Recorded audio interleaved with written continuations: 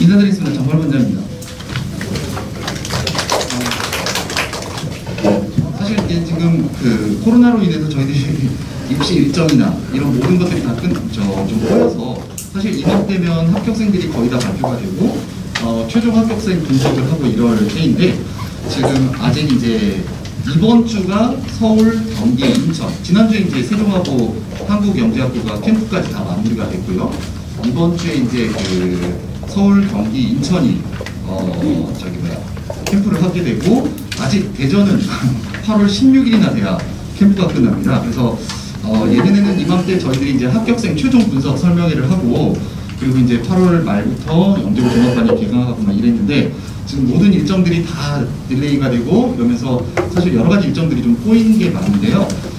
그럼에도 불구하고 저희들이 8월달 개강을 이제 여름방학이 영재고 입시에서는 굉장히 중요한 시기이기 때문에 아이들이 개강을 해야 돼서 2단계 합격생 분석들을 통해서 앞으로를 좀 예측해보고 오늘 설명회를 갖게 됐습니다. 제가 2단계 합격률을 놓고는 사실 부모님들한테 설레발을 치거나 그러지 않아요. 왜 그러냐면 그 옛날에 서울영재고 같은 경우가 그 막 1000명, 2000명 이렇게 시험 보다가 갑자기 700명대로 수험생이 줄어들었다는 해가 있었어요. 그게 이제 한 4, 5년 됐죠. 근데 이제 그때 아이들을 지도를 하는데 수험생 중에 서울영재고 시험치 한 40여 명 중에 한두 명이 빼고 2단계를 다 통과한 거예요. 그래가지고 너무너무 기뻐가지고 2단계 분석 설명회 하면서 부모님들 막 자랑을 엄청나게 한 거예요. 근데 왜 이걸 3단계 캠프가 어마어마하게 떨어지더라고 애들이. 이제 그게 사실은 경쟁률 때문에 그런 일이 벌어지게 됩니다. 아마 오늘 저희 부원장님이 이제 그 숫자들을 쭉 분석을 해드릴 텐데 2단계 그래서 그때 이후로 2단계 합격생을 갖고 설레발을 치지 않으리라 이런 작심을 하고 근데 이제 그렇긴 한데 시작에 앞서서 그래도 좀 자랑할 건 자랑하고 해야 될 것 같아서 일단 우발자라고 하는 건 2단계 시험 끝나고 이미 합격한 학생들이잖아요. 인성 면접만 통과하면 되니까 우발자들만 조금 자랑을 하고 제가 우리 부원장님한테 마이크를 넘기도록 하겠습니다. 저희 학원에 지금 그 가장 탑반이 MSS반이라는 아이들이 있는데 가장 이제 잘하는 아이들이 보통은 월수금에 과학을 하거나 또는 화목토에 수학을 하거나 이런 아이들인데 그 월수금에 저희들 18명이 MSS반이 마지막에 보통은 저희들이 MSS반 같은 경우 15명으로 유지를 합니다. 아이들 시험 보고 막 이렇게 하고 15명으로 유지를 하는데 마지막에 이제 그래도 저 서울 쓸래요 뭐 이런 애들 안 받아줄 수가 없잖아요. 그러니까 이제 마지막에 서울 쓸래를 해서 18명이 마지막에 있었는데 이 중에 서울을 12명 지원을 했어요. 저희 아이들이 그 MSS반에 12명이 그 중에 저희 아이들 경기는 6명이 지원을 했는데요. 2차는 뭐 당연히 다 통과를 하고 2명 빼고는 다 통과를 했는데 그 강남 지역 우발이 저희 학원에서 이제 총 3명이 나왔는데 이 MSS반에서만 2명이 나오고 송파 지역 우발, 그 다음에 경기 지역 우발. 저희 학원이 개원한 이래로 지역 우선 선발 제도라는 게 생긴 이래로 강남 지역 우발을 한 번도 놓친 적이 없어요. 저희 학원이. 그리고 경기 지역 우발을 한 번도 놓친 적이 없어요. 그러니까 저는 뭐 경기, 그 다음에 강남 잡았으면 다 잡은 거 아닌가요? 그런 생각을 하는데 어쨌든 그 반에서만 5명이 지금 우발이 나왔고요. TSS반이 이제 그 다음에 좀 잘하는 반인데 이건 화목일반이고 D가 이제 화목일반인데 그중에 17명이 이제 그 시험을 봤는데 저기 인원이 있었는데 서울이 1명, 그 반에서 딱 서울 1명 지원을 했었는데 이 아이가 강남 지역 우발이 돼서 저희 아이들 지금 강남 지역 우발이 총 3명. TSS반 같은 경우는 전원이 다 2단계를 다 통과를 했습니다. 근데 사실 2단계는 그 대부분 다 통과하는 거라 사실 자랑할 건 못 되고요. 강남 지역 우발이 그래서 저희 지금 학원에서만 3명이 나왔고 경기 지역 우발이 나오고 송파 지역 우발이 나오고 그 다음에 저희 인천에 저희 학원이 있는데 인천 지역 우발도 저희 학원에서 그래서 저는 뭐 강남 그다음에 경기 인천 이렇게 잡았으면 다 잡은 거 아닌가요? 이런 자랑을 좀 드리고 먼저 설명회를 시작하도록 하겠습니다. 저희 본장님이 이제 분석 설명을 먼저 맡아주시고요. 각 과목별로 선생님들이 나오셔서 여름방학 및 그 영재고 대비 프로그램들을 좀 안내를 드리도록 하겠습니다.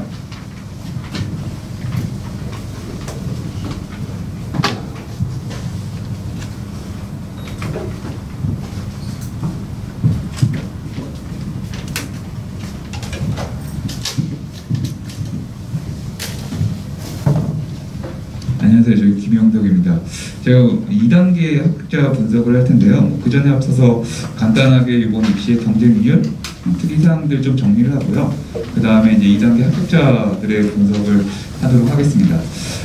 먼저 뭐 전체적인 과정을 이제 예전과 다른 연무를 이렇게 색칠을 해봤는데요. 과정을 보시면은 일단은 뭐 여기 1단계 서류상에 명시된 거는요. 올해 같은 경우는 크게 의미가 없어졌어요. 뭐 여기 같은 경우 뭐 영재성이 높다고 판단되는 자를 선발한다고 했는데 예전 같으면은 이런 문구가 된 학교들 같은 경우는 대부분을 다 통과시켰거든요.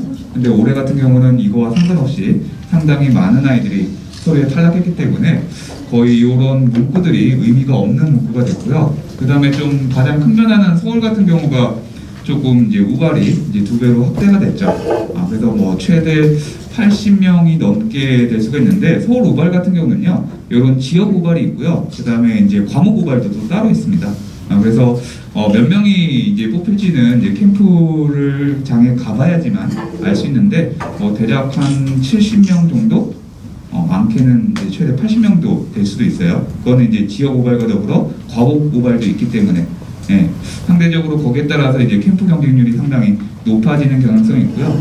올해 또 이제 코로나 때문에 예전 같은 경우는 다 대부분 대전 빼놓고는 1박 2일의 캠프를 했었는데요. 올해 같은 경우는 다 하루의 어떤 캠프를 한 형태로 이렇게 변화가 됐는데 만약에 이제 어머님들이 이제 내년에 입시를 치를 거니까 내년에 이제 코로나가 좀 잠잠해지고 없어지면은 예전과 같은 프로그램으로 이렇게 진행될 걸로 이제 예상이 됩니다. 그 다음에 이제 서류 접수 인원들을 좀 보시면요. 예전에 비해서 서류 접수 인원들이 좀 많이 줄어든 추세예요. 올해 같은 경우에 경기를 빼놓거든요.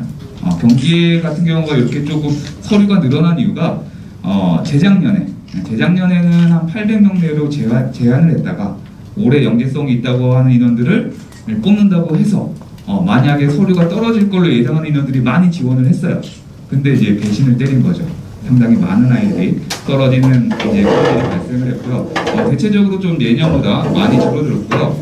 저희 학원에서 이제 서류 통과 인원들의 어떤 추산 예상은 한 이 정도 됩니다. 그래서 실질적으로 많이 떨어진 게 이제 경기가 이제 절반 이상이 서류에서 탈락했을 것으로 보이고요. 그 다음에 이제 세종 같은 경우도 거의 한 절반 정도, 인천 같은 경우도 한 절반, 거의 한 상당히 절반 정도 이상의 아이들이 서류에서 떨어진 걸로 저희가 이제 파악을 하고 있어요. 근데 이제 예전과 다르게 올해 이제 서류 1차 서류에서 많이 떨어지는 경향이 상당히 많았거든요. 근데 요거는 이제 내년에도 이어질 것 같아요.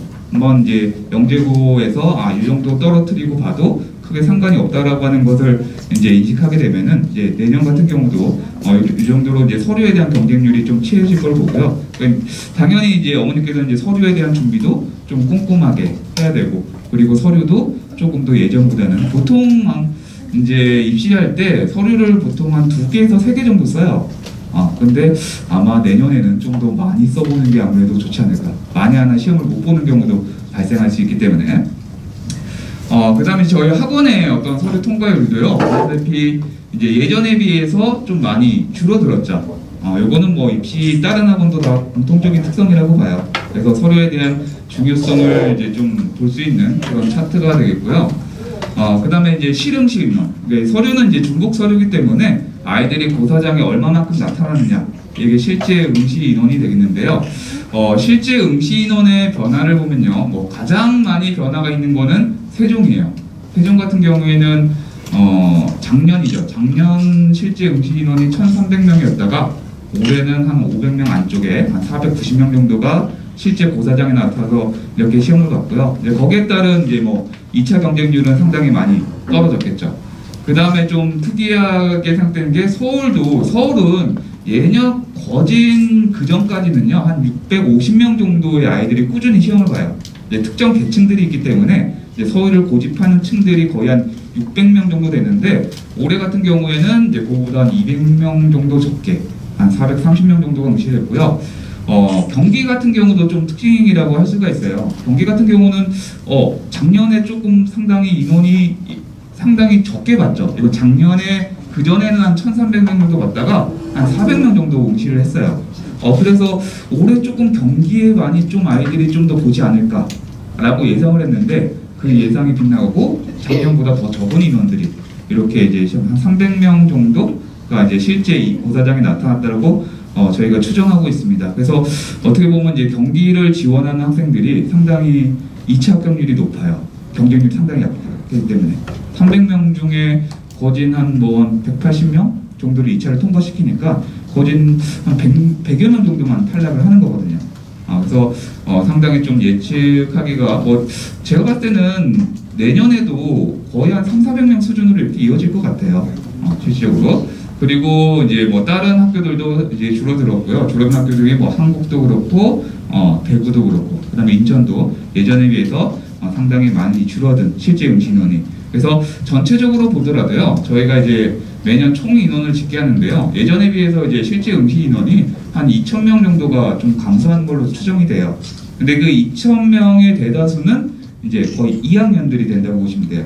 올해 같은 경우 2학년들이 서류가 거의 대부분이 이제 떨어졌거든요. 그리고 3학년들도 좀 더 예전보다 좀 많이 떨어졌고요.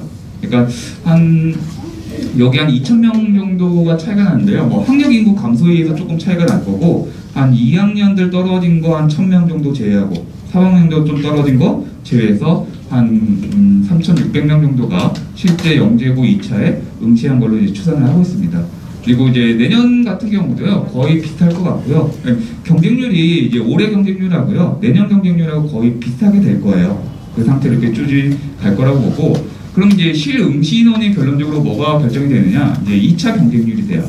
2차 경쟁률을 보시면요, 뭐 앞에서 설명했듯이 응시 인원이 적어졌기 때문에 경쟁률이 상당히 많이 떨어졌어요. 전체적으로 보더라도. 그래서 서울 같은 경우는 2차 경쟁률이 거의 한 2대1, 경기는 1.7대1, 2대1이 안 되죠. 그리고 한국도 역시 한 2대1. 그리고 대전은 작년보다 조금 올라가서 3.5대1 정도. 그 다음에 대전은 거의 매번 뽑는 인원이 똑같아요. 거의 서류도 칼같이 자르고요. 2차 이제 합격이는 칼같이 잘라버립니다. 그래서 경쟁률에도 크게 변화가 없고요. 그 다음에 뭐 대전, 세종, 인천. 세종이나 인천 같은 경우는 경쟁률이 상당히 많이 줄어들었죠. 그러니까 예전과 비교했을 때 저희가 보통 2차 경쟁률을 얘기를 할 때요. 보통 영재고 2차 경쟁률이 한 3.5대1에서 한 4대1 정도 된다고 얘기를 해요. 실제 경쟁률. 뭐 언론에서 서류 인원 가지고 막 20대1 하는 거는 중복 서류 때문에 거의 무의미하고요. 실제 2차에서 시험을 보는 경쟁률이 한 3.5대1에서 4대1 정도라고 예상을 하는데, 올해 같은 경우는요, 쭉 보시면은 전체적으로 봤을 때 한 2대1, 한 2.5대1 정도 됩니다. 경쟁률이. 그러니까 예전에 비해서 많이 나아진 거예요. 그래서 실질적으로 2차를 합격할 수 있는 어떤 합격률도 상당히 이제 높아진 상태예요. 학원에서 꾸준히 공부를 하고 잘 따라오면은 2차를 통과하는 것은 무난하게 통과할 수 있는 그런 상황이 됐고요. 그리고 올해 이제 2차의 시험들을 어떤 걸 봤느냐? 요거는 이제 작년 작년에 시험을 본 거고요. 작년 거니까 안 찍으셔도 됩니다. 그리고 올해는 이렇게 봤고요. 그럼 여기서 좀 변화된 부분은 뭐가 있느냐? 여기 색깔된 부분이 좀 변화된 거라고 보시면 돼요. 그러니까 서울은 변함이 없었고요. 그 다음에 경기 같은 경우는 1교시의 시간이 좀 줄었어요. 1교시의 시간이 줄어서 역시 문항수도 좀 줄어들었고요. 뭐 간단하게 유형을 설명하면은 서울은 영재성 검사가 있고요. 그 다음에 2교시의 수학과학 서술형 문항을 봅니다. 그래서 서울의 특징점은 뭐 어떤 과목 간의 혼합된 유형으로 많이 출제가 돼요. 다른 학교는 그냥 물리, 화학, 과학을 예를 들면 물리, 화학, 생물, 지구학 이렇게 내는데 서울 같은 경우는 서술 형식으로 한 문제에 뭐 물리와 생물을 결합하고 또는 물리와 화학을 결합하고 화학과 지구학을 결합하는 이런 융합형 문제들이 많이 나고요.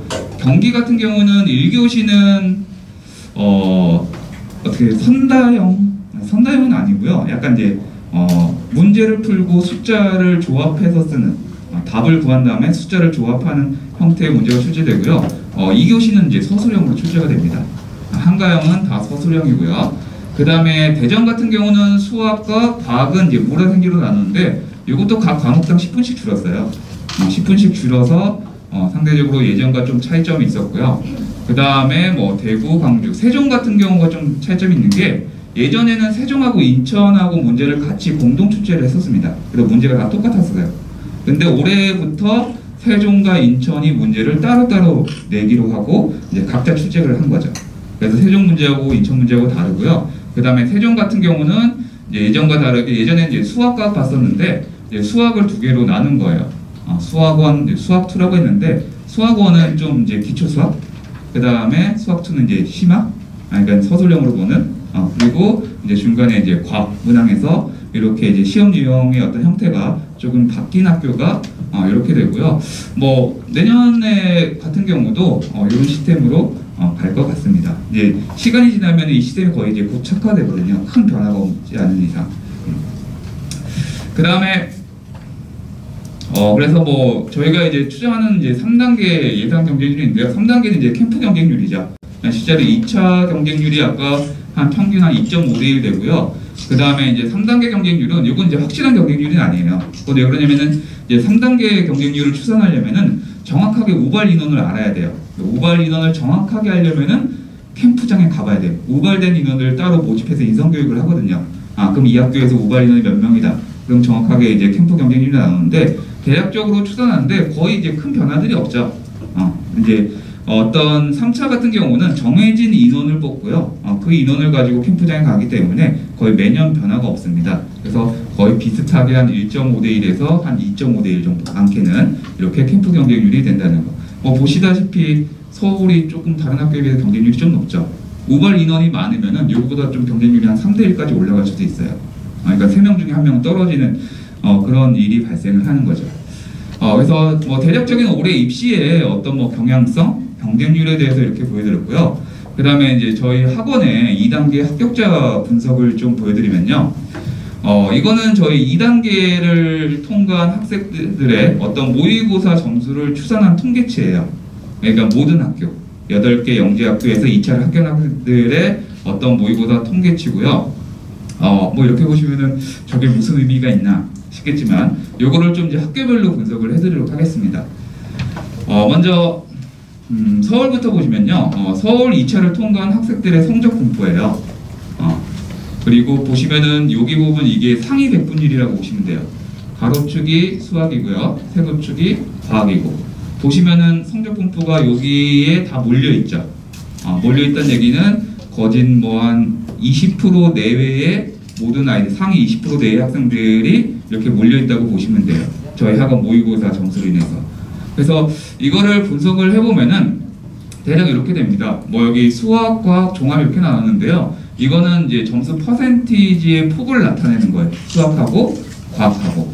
근데 굳이 수학하고 요거를 보실 필요가 없는 게 약간 요거에는 오차가 있습니다. 어떤 오차가 있냐면은 요런 학생들. 그러니까 요 학생 같은 경우는 이제 수학은 거의 꼴찌고요. 과학은 거의 뭐 1등인 거죠. 근데 요거 같은 경우가 저희가 종합 모의고사를 이제 주중에 봐요. 이제 1월부터. 주중에 보는데 하루는 과학 보고 하루는 수학을 보거든요. 그래서 수학은 응시 있는데 과학을 응시 안 하는 학생도 있고 과학을 응시하고 수학을 응시 안 하는 학생도 있어요. 그래서 성적이 다소 이렇게 나온다는 거. 그러니까 이런 부분들은 좀 제외하고 보시면 되고요. 그럼 이제 어머님들께서 좀 보셔야 될 게 한 요 정도만 보시면 돼요. 2차 평균으로. 평균이라는 얘기는 이제 저희 학원에서 이제 모의고사를 응시했을 때 거의 한 상위 한 18% 이내, 상위 18% 이내의 성적이 꾸준하게 나오면은 서울의 응시에도 될 만한 학생이다. 이렇게 보시면 되고요. 우발 같은 경우는 한 7%? 근데 요거는 이제 7% 정도라고 보시면 될 것 같고요. 작년 같은 경우도 거의 한 5% 정도 안쪽이 됩니다. 그 정도 성적이 꾸준하게 유지돼야지 이 학생 우발 가능성이 있다. 이렇게 분석하시면 될 것 같아요. 그래서 주로 이제 뭐 2차 평균하고 우발될 거고요. 근데 요거는 이제 2단계이기 때문에 좀 폭이 넓습니다. 이제 3단계까지 최종 결과가 나오면은 이 폭이 좀 더 줄어들 거예요. 그 학생들만 이제 추산을 해서 저희가 따로 이제 분석은 따로 할 거고요. 그거는 아마 한 8월 이제 다 발표가 나는 한 8월 말 정도 돼야지 정확한 어떤 통계치가 나올 것 같습니다. 자, 그 다음에 이건 서울이고요. 그 다음에 이제 경기 같은 경우는 좀 서울보다는 폭이 좀 더 넓죠. 결론만 말씀드리면요, 한 상위 한 23% 내외 성적이 들면은 거의 경기 정도는 이제 통과하는데 무리가 없을 것 같고요. 그럼 꼭 이 안에 들어야 되냐? 그렇지는 않습니다. 실질적으로 조금 한 50% 안쪽에 있는 아이들도 경기 2차 통과한 학생들은 좀 덜어 있거든요. 그 다음에 대전 같은 경우는요, 대전은 좀 경기보다도 상대적으로 좀 퍼센티지가 좀 더 높죠. 한 상위 한 33%. 그리고 대전 우발 같은 경우는 한 상위 20% 내에 안에 들면은 우발도 이제 가능하다는 거. 그리고 여기 보시면은 대전 같은 경우에요, 여기 모집 인원들이 거의 없죠. 그러니까 여기 거의 상위 한 10% 내외에 있는 모집 인원들은 거의 이제 서울 쪽을 응시를 하고요. 이제 그 다음 이제 성적 한 중간, 중상 정도 되는 학생들이 이제 대전 쪽에 이렇게 응시를 해서 본다고 보시면 돼요. 그러니까 저희가 이제 뭐 입시지도나 이런 것들이 거의 이제 반이나 이제 연차적인 과정을 거치면서 자연스럽게 이렇게 입시지도가 되거든요. 그러니까 처음에는 이제 반별로 돼 있다가 저희가 반 이동을 시키고 좀 더 이렇게 조정을 하면서 거의 이제 위에 반은 이제 서울반으로 이렇게 지원하게 되고요. 그 밑에 뭐 경기반, 대전반 이렇게 해서 입시지도가 자연스럽게 되게끔 구성이 되어 있습니다. 커리 자체가. 그래서 이런 결과가 나오는 거고요. 그 다음에 이제 한국 같은 경우는요, 한국은 대략 한 48% 정도라고 보시면 될 것 같아요. 그 다음에 세종도 거의 한 48%. 그러니까 이게 약간 특이한 현상이에요. 예전에 한가영 같은 경우는 상대적으로 퍼센트가 상당히 좁았어요. 한가영을 합격하는 학생들이. 근데 한 3, 4년 정도 전부터 이제 한가영을 합격하는 아이들의 합격폭이 점점점 넓어집니다. 그래서 올해 결과 보면은 거의 한가영이나 세종이나 인천을 합격하는 학생들의 성취도가 거의 비슷해요. 거의. 그러니까 한가영을 합격하는 폭이 좀 더 넓어졌다는 게 좀 특징점이 되고요. 그 다음에 이제 인천 같은 경우는 이제 우발은 한 22% 내, 그리고 2차 합격 성취도는 한 41% 되는데 최종은 뭐 거의 한 요거보다 조금 한 35% 정도로 이렇게 될 걸로 저희가 예상을 하고 있고요. 그러면 이제 전체적인 걸 보시면은 아까 말씀드렸다시피 거의 이제 성취도 수준을 보면은 이제 뭐 수학 종합으로 나는데 이 종합적인 것만 좀 보시면요, 서울은 한 18%, 그 다음에 경기는 한 23%, 대전은 한 33%. 그냥 거의 이제 구분이 이렇게 좀 나눠지게 되죠. 아이들의 합격에 대한 어떤 성취도 정도가. 그 다음에 뭐 한국이나 세종이나 인천 같은 경우는 거의 비슷합니다. 비슷하고요. 그 다음에 이제 우발 같은 경우 보면은 이제 서울 우발 같은 경우는 여기 이제 아랫부분이 종합 평균이거든요. 수학 종합에서 한 7% 이내. 그 다음에 대전은 20%, 인천은 한 22%. 네, 저희가 이제 모의고사를, 요거는 이제 사회 종합 모의고사를 한 거고요. 네, 보통 1회 모의고사는 보통 1월 말. 2회 종합 모의고사는 2월 말. 그 다음에 뭐 3월, 4월. 해서 이제 어떤 거의 4달 동안의 사회 종합 모의고사를 기준으로 한 데이터입니다. 이 데이터는. 그래서 이 데이터를 뭐 다른 학원에 적용할 수는 없겠죠. 저희 학원의 모의고사를 보고 봐야지 대략적인 입시 가이드라인이 나오게끔 저희가 했기 때문에 저희가 이제 이런 모의고사 이런 이제 어떤 합격자 분석을 이렇게 보여드리는 이유가 저희가 이걸 토대로 이제 입시 분석을 하고요. 입시 지원에 대한 방향성을 잡게끔 이렇게 지도를 하고 있습니다. 그래서 2단계 합격 이제 분석은 이렇게 마치고요. 그럼 이제 저희 학원의 이제 최종 2단계 합격률이요. 이렇게 됩니다. 빨간색은 작년, 그 다음에 노란색은 이제 올해 입시 2단계 최종 결과인데요. 아까 원장님이 말씀하셨듯이 서울이나 경기를 지원하는 서울반이나 경기반 아이들은 대부분 한두 명 빼고 대부분 2단계를 통과했습니다. 그리고 뭐 대전, 한국 같은 경우도 거의 세종 같은 경우도 거의 70%. 그러니까 예전에 비해서 보면은 작년에 비해서 저희 학원이 세종이나 인천에 대한 2단계 합격률이 상당히 올라갔어요. 그게 보면은 이제 세종이나 인천 같은 경우는 경쟁률이 예전에 많이 상당히 낮아졌거든요. 2차 경쟁이 상당히 낮아져서 저희 학원에서 꾸준히 이제 1년 동안 저희 프로그램을 따라서 이렇게 공부를 무난하게 말썽 없이 이렇게 한 학생이면은 대부분 2단계 통과하는 데는 크게 지장이 없다고 보셔도 돼요. 거의 대부분의 학생들이 이렇게 됐고요. 대구하고 광주는요, 요거는 좀 믿지 못할 데이터입니다. 저희 학원이 이제 대구하고 광주를 지원하는 아이들이 거의 없어요. 뭐 2명, 3명? 뭐 2명 중에 한 50%가 이게 2명 중에 1명 붙고 1명 떨어진 거거든요. 그래서 인원이 적기 때문에 뭐 대구하고 광주는 참고하지 않아도 되고 인천까지 저희 데이터를 이렇게 보시면 될 것 같습니다. 그래서 어떤 저희 학원이 이렇게 나타나는 게 저는 이렇게 생각을 해요. 저희 학원의 입시 지도가 상당히 잘 하고 있고 잘된 프로그램이라는 거를 어머님들한테 이렇게 보여드리기 위해서 합격률을 실은 거고요. 이제 뭐 다음에 최종 이제 합격률이 나오겠지만 최종 합격률도 이해 못지 않게 예전보다 훨씬 더 좋아질 걸로 저는 생각하고 있습니다. 자, 이렇게 해서 뭐 저희 이제 간단하게 합격자 분석은 이렇게 마치도록 하겠고요. 이어서 이제 수학 프로그램, 과학 프로그램 이어서 어떤 프로그램들이 어떻게 진행되는지에 대한 설명을 하겠습니다. 먼저 수학부터 하도록 할게요.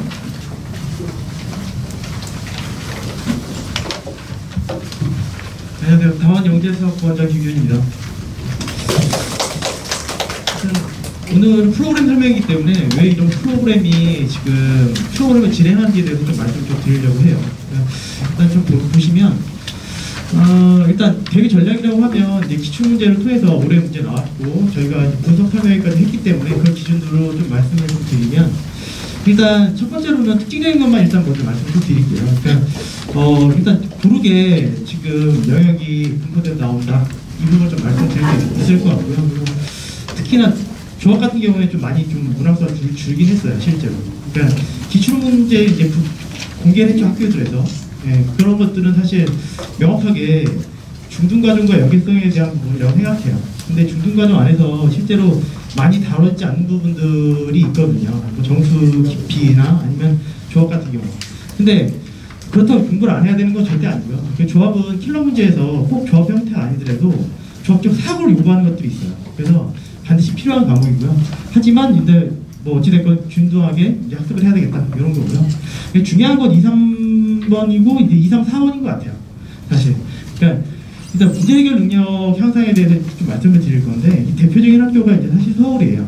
그러니까 서울이 이제 물론 융합 문제 같은 경우에는 난이도가 상당했지만 어떤 이론을 반드시 알아야 되거나 뭐 이런 부분들이 없었어요.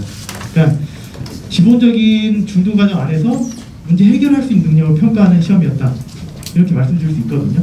근데 사실 그게 더 어려워요. 그러니까 알아서 맞추는 거랑 모르면 틀리는 거랑 이게 명확하잖아요. 근데 이거는 애들마다 접근 방법이 다양할 수도 있고 여러 가지 방법을 풀 수도 있고 이렇게 되면 더 힘든 거죠, 실제로. 네.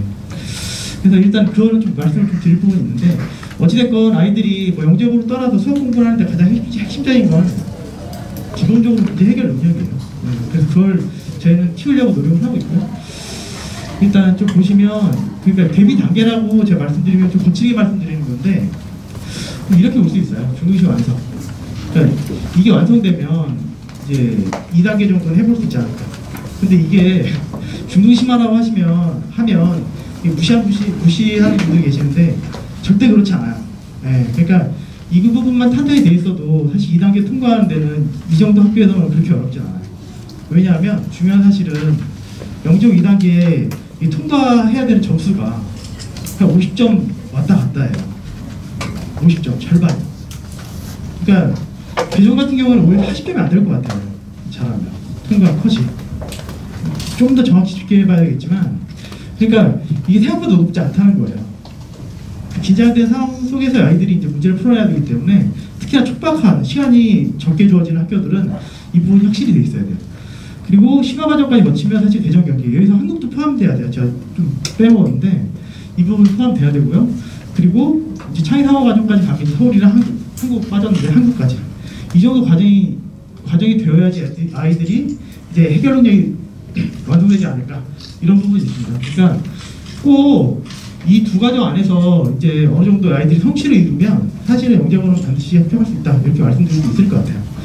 그리고 사실 서울 이 과정은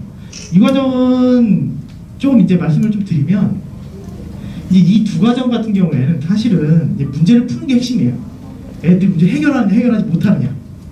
근데 여기까지 오면 문제를 어떻게 푸느냐, 왜 이 문제를 푸느냐 우리가 이 부분이 핵심이라고 생각이 들어요. 그러니까 이건 제 예를 들면 저희 수학반에 그러니까 서울반에 이제 두 녀석이 잘하는 녀석이 있는데 2차 시험을 보고 나서 표정이 안 좋아요. 도쿄가 나왔는데 그래서 지금 뭐 아시는 분은 아시겠지만 서울 시험 보고 나서 막 쉽다고 난리 났었어요. 초반에 너무 쉽다고 2학년 중심으로가. 그래서 그럴 리가 없는데 또 왜 이래. 그리고 마침 또 애들이 왔는데 표정이 안 좋아. 그러니까 제가 왜 걱정을 했냐면 제가 가끔 말씀을 드려요. 어머니들한테 진심으로 이 아이를 안 뽑으면 학교가 손해다. 제가 이렇게 말씀드리는 학생들이 있어요. 뭐 약 파는 건 아니고요.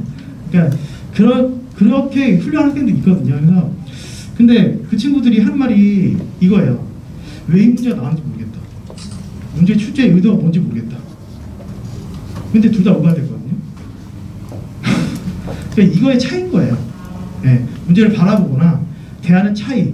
그리고 이제 2단계 오면 선생님들이랑 같이 상의하고 좋은 문제로서 같이 얘기하고 이런 게 될 수밖에 없는 거죠. 그러니까 그런 차이가 있다 이렇게 말씀드릴 수 있을 것 같아요. 근데 제가 말씀드리고 싶은 건 이런 단계가 있으니 아래부터 튼튼히 하면 실제로 영접을 받는 것은 생각보다 어렵지 않다 이 말씀 좀 드릴 수 있을 것 같아요. 중도심하잖아요 지금. 그래서 일단 중요한 건 이것들을 어떻게 완성해 나갈 것이냐. 그러니까 아이들이 스스로 문제를 푸는 것 자체가 중요한 것 같아요. 항상. 예. 그러니까 뭐 영화 보듯이 수학 공부를 하는 건 의미 없어요. 난 뭘 알고 있다. 알고 있으면 뭐예요? 풀지 못하는. 그래서 일단은 딴딴 프로젝트라고 일단 중도심화부터 저희가 이제 시작을 해서 이거는 뭐 애들 스스로 하는 거예요. 저희가 뭐 막 억지로 시키는 게 아니라 뭐 프로그램 과정이 있는데요. 일단 딴 과정이랑 딴 과정이 있는데 이게 뭐냐면 그러니까 중도심화를 단단하게 하겠다는 거예요. 네. 그래서 그냥 중도심화 1-1 빅문제부터 시작해서 딴부터 시작하는 거예요. 그래서 시험 보고요. 그리고 1-2 그러니까 이 과정이 계속 반복이 되면 3-2까지 하면 6개가 되겠죠. 100문제니까 일단 600문제 이렇게 될 거고요. 그리고 시험 본 다음에 딴 과정으로 가요. 그러니까 최고 난이도 중도심화라고 그러는데 사실 이 웬만한 KM 문제보다 더 어려운 것들도 많아요. 실제 이 안에서. 그래서 이것들 중도심화 이건 확실하고요. 이걸 하면 사실 1200 플러스 알파. 그러니까 사실 실제로 훨씬 더 많이 풀게 돼요 아이들이. 근데 이게 진행하다 보면 놀라운 사실은 뭐냐면 애들이 잘 못 풀어요. 잘 못 풀어요. 물론 서울반 제외하고. 그러니까 일단은 이거 입시 준비할 때 보면 서울반과 비서울반 이렇게 나누는 게 좀 더 합리적인 것 같아요. 실제로 애들을 지도하다 보면. 네. 그래서 나머지만 아이들은 이 정도를 풀어야 되는데 이게 그래도 중등심만 무시하는 분이 계셔서 제가 이거 1- 가장 처음 책에 3번째 문제거든요 이게. 근데 이게 실제로 세종에서 같은 아이디어를 나오는 게 뭐 이거는 사실 경시를 하거나 정수를 배우면 많이 나오는 문제예요. 그러니까 이런 문제를 이제 이 문제는 이렇게 표현할 수 있고 이렇게 식을 써서 해결하는 문제인데 실제로 올해 이제 세종에 나왔었고요. 비슷한 아이디어예요 얘는. 그리고 세종의 작년 문제로 또 똑같이 나왔어요. 그러니까 이거를 미리 중등심 안에서 연습하고 푸는 친구들은 스스로랑 아닌 친구들은 좀 차이가 있죠. 그러니까 이 전에 문제는 이건 애들이 생각보다 잘 못 풀었어요. 네, 못 풀었고요. 그리고 이 문제는 같은 세종 문제인데 이게 서술형 문제여서 상당히 점수가 좀 배점이 있는 문제였어요. 네, 그러니까 기초부터 차근차근히 하는 건 되게 의미가 있다. 이 부분 말씀드릴 수 있고, 이게 되면 이게 사실 재밌는 게 맨 처음에 누구나 다 서울이고 경기예요. 시작할 때. 그 다음 겨울방학 되면 선생님이 조금 이래요. 그럼 이 3월달부터 되면 애들이 하고 싶어요. 이렇게 해요. 아니, 그러니까 이게 현실인데 그렇게 되면, 그래서 3월달에 제일 많이 애들이 공부를 열심히 하고요. 그리고 목표가 정해져 있기 때문에 거기에 딱 집중해가지고 가는 거죠. 그러니까 실력이 많이 몰라요. 네. 그리고 두 번째는 이제 저희 수학과에서 하는 프로그램은 NRP라고요. 정답률 훈련을 하는 거예요. 뭐냐면 빠르고 정확하게 풀어야 되거든요. 그러니까 계정 같은 경우에 대표적인데, 계정은 지금 10분이 줄긴 했지만 어찌됐건 한 문제 풀 때 3.8분에서 3.6분 안에 풀어야 돼요. 전체를 다 풀려면. 그러니까 학교에서도 그걸 기대하고 있지 않는 것 같아요. 사실 다 알 텐데. 근데 그 학교에서 뭐라는 게 이 정도는 풀어야 되지 않느냐예요. 시간 문제 제외하고. 네. 그러면 이건 저희가 어떻게 연습시키는 거냐면, 실수로 틀리거나 뭐 이런 부분 말고 확실히 아는 문제를 확실히 맞추자, 뭐 이런 걸로 이제 시작을 한 건데, 이제 이런 거죠. 그러니까 실수를 줄이고 확실히 풀려면 기본적으로 자기가 어떤 부분이 틀리고 있는지를 인지를 하고 있어야 돼요. 그런 부분에서. 그러니까 그걸 실수라고 치부하면 안 되죠. 네. 그래서 어떻게 진행하는 거냐면, 이것도 이제 아이들이 중심이 돼서 이제 진행되는 프로그램이에요. 그래서 1단계는 일단 문제집 배우하고요. 네. 그리고 풀고요. 여기까지는 뭐. 근데 일단 아이들이 감독관이 체크를 해주는데, 일단 와서 아이들이 풀면 이제 라운드마다 정해져 있어요. 통과, 그 문항 수가. 그래서 제가 체크를 받으면 여기서 이제 통과, 불통과에 대해서 얘기를 해줘요. 선생님. 불통과되면 원래는 채점을 해주잖아요. 채점을 해주지 않아요. 네. 그래서 아이들이 다시 그걸 체크해봐야 돼요. 자기들이. 뭘 틀렸는지에 대해서. 그리고 다시 풀고 다시 또 체크받는 거죠. 네, 다시 체크받는 거죠. 그럼 이거는 실제로 어떻게 되는 거냐면, 이러면 아이들이 실제로 이제 양식 보여드리면 채점 횟수가 있어요. 그러니까 이게 한 번에 통과한 녀석이랑 8번만 통과하는 애는 다르죠. 그러니까 이런 애들 있어요. 흥분한 애들 문제만 보면 야! 막 풀고 내요. 다 틀렸어. 그럴 리가 없어요, 선생님. 저 그런 사람 아니에요. 다시 풀어요. 근데 이러다가 애들이 저희가 라운드를 왜 나눠놨냐면, 좀 하다가 포기해요. 아, 저 선생님 안 되겠어요. 저 도저히 안 되겠어요. 그러니까 지금 13문제 중에서 11문제잖아요. 그 11문제 죽었다 깨어나도 못 맞춰요. 그래서 2라운드를 저희가 준 거예요. 9개만 통과해도 통과할 수 있게. 그래서 계속 지금 라운드를 나눠놓는 거죠. 그래서 실제 부모님들한테 이제 안내할 때는 몇 라운드에 통과했고 몇 개를 패스했다, 몇 번 만에, 이렇게 가게 되는 거예요. 네. 그래서 사실 실제로 이게 저희가 NRP가 키우는 학생이 몇 명 있어요. 그러니까 평소에는 좀 집중력도 좀 떨어지고 꾸벅꾸벅 졸기도 하고 막 이런데, 이 시간만 되면 눈이 반짝반짝해요. 네, 왜냐하면 자기를 과시할 수 있는 시간이거든요. 왜냐면 1라운드에 난 몇 번 만에 통과했다, 이걸 되게 명예롭게 애들이 생각하는 애들이 많아요, 생각보다. 네. 그리고 실제로 이런 친구들이 선생님들이 관여하는 부분이 아니기 때문에 시험을 잘 봐요, 실제로. 네. 그래서 이렇게 진행하고 있고요. 그 팔국지라는 거 맨 처음에 재밌게 뭐 시작하려고 한 건데, 아까 말씀드렸듯이 이제 아이들이 명확하게 목표가 정해져 있으면, 그리고 학교별로 유형이 조금씩 다른 건 사실이잖아요. 그렇죠? 그래서 거기에 맞게 지금 보여드리면 이런 거예요. 맨 처음에 시작은 이거였는데, 그러니까 학교 8개가 있으니까 8개 학교의 유형 문제를 저희 100문제 만들어놨어요. 그러면 아이들이 그걸 가지고 한 문제 맞출 때마다 1레벨씩 올라가요. 게임처럼. 그래서 100문제를 다 풀면 이제 100레벨, 만렙이 되는 거죠. 근데 만렙이 되기는 불가능하고요. 네. 그래서 그걸 가지고 애들이 문제 풀면서 경쟁하는 거예요. 네. 그래서 자기가 몇 렙인지 이제 얘기하고 다녀요. 근데 이게 재밌는 게 되게 열심히 풀어요, 애들이. 왜 이렇게 열심히 풀지? 뭐 이런 느낌이 들게. 네. 그래서 뭐 그렇습니다. 네. 그래서 애들이 스스로 연습할 수 있도록 프로그램을 가지고 있고. 그래서 1일 테스트를 뭐 내는 것도 실제로 보시면 만들어 보세요. 이렇게 내기도 해요, 실제로. 그러니까 아이들이 스스로 생각할 수 있도록, 그리고 자기 주도적으로 공부할 수 있도록 하는 게 가장 큰 목표이기도 하고 그래야지 실제로 아이들이 많이 커요. 네. 그래서 저희가 지향하는 건 뭐 이런 부분이에요. 이게 맞을지 모르겠지만 어찌됐건 그러니까 안다고 말하는 애들 많아요. 저 선생님 금지 알아요. 그런 거는 실제로 그런 친구들이 합격하기가 좀 쉽지 않아요. 네. 풀 수 있어야죠, 확실히. 네. 그런 친구들을 만들고자 노력하고 있고요. 그리고 프로그램 자체도 그렇게 구성되어 있고요. 네.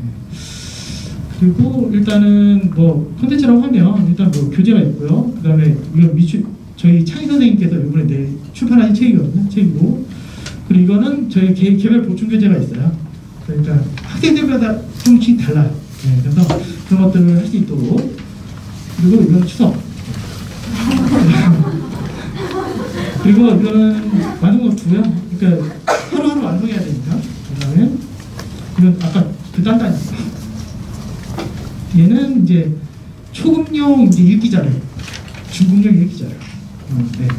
이렇게 이제 되어 있고요. 그리고 관리 부분은 이렇게 어머니들이 핸드폰으로 보실 수 있도록 관리가 되고 있고요. 그래프도 나오고요. 그 추이를 알 수 있겠죠, 아이들.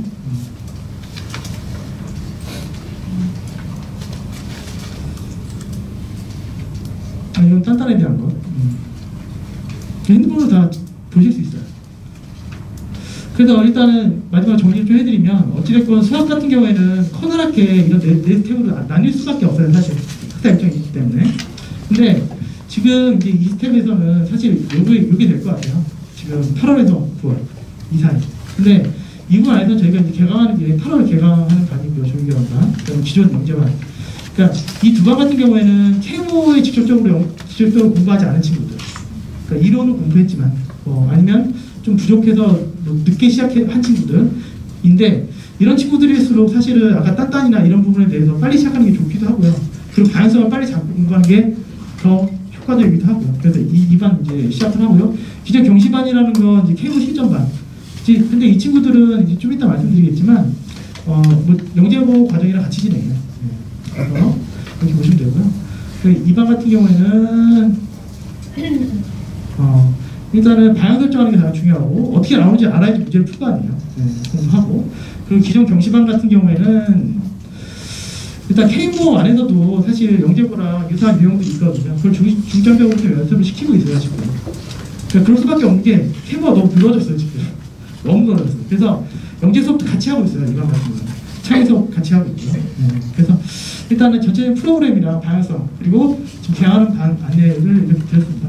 일단 여기까지 말씀드리고요. 이후에는 이제 선생님들 몇 분 두 분 나오셔가지고 이제 공부 방법이나 어떻게 공부하면 좀 더 아이들이 영재 합격하는데 도움이 될 수 있겠다 이런 말씀 좀 드릴 것 같아요. 일단은 최성 선생님 나와서 말씀해 주시겠습니다.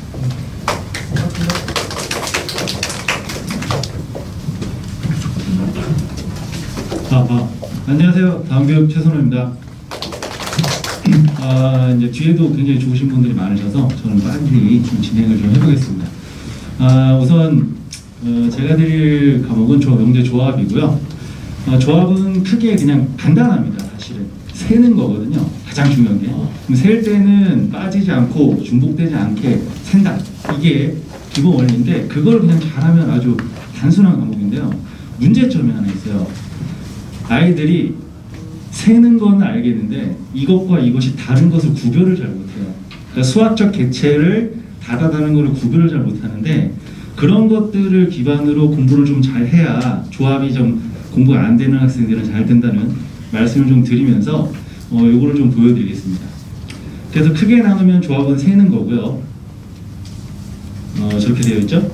그 다음에는 이제 여러 가지 이제 세는데 좀 편하게 세는 방법들이 해서 이제 조합 수학의 아이디어가 있을 거예요. 그래서 조립을 할 때 드라이버로 하는가 하고 드릴로 하는 거하고 좀 다르잖아요. 그렇죠? 이렇게 크게 영재 입시에서 나온다고 볼 수 있습니다. 그러면 이제 다음 숫자들을 조금 볼게요. 다음 숫자는 이겁니다. 모르겠죠, 당연히. 저만 알고 있습니다, 지금은. 이건데 이게 뭐냐면 여태까지 나왔던 조합 문제의 개수예요. 2차 집필에서. 이 U라는 게 전체 집합이고요. 그 다음에 C는 아까 말씀드린 카운팅이에요. 그 다음에 NC는 카운팅이 아닌 애들을 구별을 다 했어요. 그래서 이제 학교별로 보면 제일 앞에가 서울, 경기, 대전, 대구, 잘못 말씀드렸습니다. 서울, 경기, 한국, 대전, 대구, 그 다음에 광주, 예술 이렇게 됩니다. 그래서 총 124문제 중에서 카운팅이 78문제고요. 그 다음에 46문제예요. 나머지는. 이거가 이제 뭐 카운팅 쉽다는 얘기는 절대 아닙니다, 어머님들. 그래서 이거를 보면 제가 확률을 계산해 보면요, 62%가 카운팅에서 나오거든요. 그러니까 이제 공부를 하는 방향이 약간 설정이 되는 거죠. 그 다음에 이제 아닌 애들 38%가 나옵니다. 그 다음에 다른 걸 하나 볼까요? 다른 거는 여기 있는 13인데 7하고 6을 더하면 13이고요. 여기 있는 애들도 분석을 좀 해보면 T하고 NT라고 되어 있습니다. T는 트라이얼 해가지고 어떤 시행을 하는 거예요. 그러니까 수학적 개체를 변화하고 뭐 자리를 바꾼다 이런 걸 하면 이게 되냐 안 되냐 뭐 이런 것들을 얘기하는 거거든요. 그래서 여기가 18문제 정도 됩니다. 그래서 이거를 계산해 보면 전체 14% 정도 됩니다. 상대적으로 보면 서울에 있는 문제하고 요 상위 학교일수록 이게 좀 많이 있는 게 지금 보이실 거예요. 그래서 이거를 아까 다시 돌아와 보면 요게 C고요, 요게 T거든요. 그러니까 이 부분이 제일 많이 나오는 건 맞아요. 그러니까 이 부분을 한다는 게 잘못됐다는 건 아닌데 지금 시작하거나 뭔가를 하려면 제일 먼저 챙겨야 되는 게 어딘지 어머님들은 아실 거예요. 76%입니다. 난이도는 차이가 꽤 있어요. 이게 작년에다가 제가 숫자를 더한 거거든요. 작년에도 76%였어요. 그러니까 아마 이 기준은 벗어날 수가 없어요. 왜냐하면 너무나 당연합니다. 조합 수학이라는 거는 세는 거거든요, 기본적으로. 이렇게 지금 되어 있는데, 그러면 처음에 아이들이 이제 아까 말씀드린 대로 아는 걸로 착각을 하고 공부를 시작해서 원하는 학교들이 서울, 경기 이렇게 돼서 높은 학교들은 아까 얘기했던 대로 카운팅이 좀 적어요, 어떻게 상대적으로. 그럼 공부를 막 하다 그쪽만 공부하다 보면 나중에 이제 타협을 하고 해서 학교가 내려가서 이제 다른 것에 나올 때 잘 안 돼요. 너무 안타깝게. 세야 되는데 셀 줄은 알겠는데 정확하게 못 세요. 그래서 이제 그런 것들을 이제 8월이나 이때쯤은 다 잡아야 되는데 그거를 꾸준히 저희 학원 조합에서는 시킵니다. 그러니까 카운팅을 계속 시켜놔요. 그래서 문제는 이렇게 처음에 문제가 있고 그 다음에 이제 이게 교재인데요. 그 다음에 이제 확장된 문제고 그 다음에 이제 이게 공간으로 확장된 문제 순으로 기본, 발전된 문제, 뭐 창의성 문제 이렇게 구성이 되어 있습니다. 그래서 이러한 방향으로 이제 공부를 좀 시키고요. 아까 말씀드린 대로 카운팅이 중요하긴 한데 여기 이제 좀 글씨가 작아서 그런데 그냥 단순히 답만 내는 게 아니라 서술하는 연습까지 저희가 좀 열심히 시키고 있습니다. 그래서 이제 아까 말씀드린 그 카운팅에 대한 부분을 이렇게 저희가 챙겨가요. 이게 보충 계제고요. 지금 레벨 1에서 이제 AAA였거든요. 여기 이제 BC까지 다 있어요. 그래서 보통 이제 40여 문제 정도 되거든요. 그럼 총 이제 이것만 해도 벌써 한 500문제가 되죠. 그 다음에 이제 이게 320부제고 이게 300제예요. 그러니까 이것이 이제 난이도별로 쭉 올라가는 거거든요. 여기쯤 되면 경기 2교시에서 세야 되는 문제들 같은 정도의 난이도가 다 돼요. 그러니까 세는 것에 대해서 최고난이도까지 처음부터 다 되어 있습니다. 그러면 아까 말씀드린 정규 수업 시간에는 당연히 세는 것도 하지만 다른 조합 아이디어들을 공부를 하면서 이것들은 기본적으로 아이들이 자기 주도 학습을 하면서 선생님들한테 체킹을 받을 수가 있는 상황이 되는 거죠. 그래서 이제 아까 8월이나 이때쯤에서 아이들이 제일 중요한 거는 조합 수학에서는 세는 게 우선 기본적으로 돼야 되고 그 전제는 아이들이 직접 구별하고 어떤 방향성이 맞는 영재수학에 쓰이는 그런 카운팅을 공부를 해야 하고 저희가 이제 그렇게 시키도록 하겠습니다. 그래서 뭐 짧게 말씀을 드렸고요. 여기까지 하겠습니다. 저는 최선호였습니다.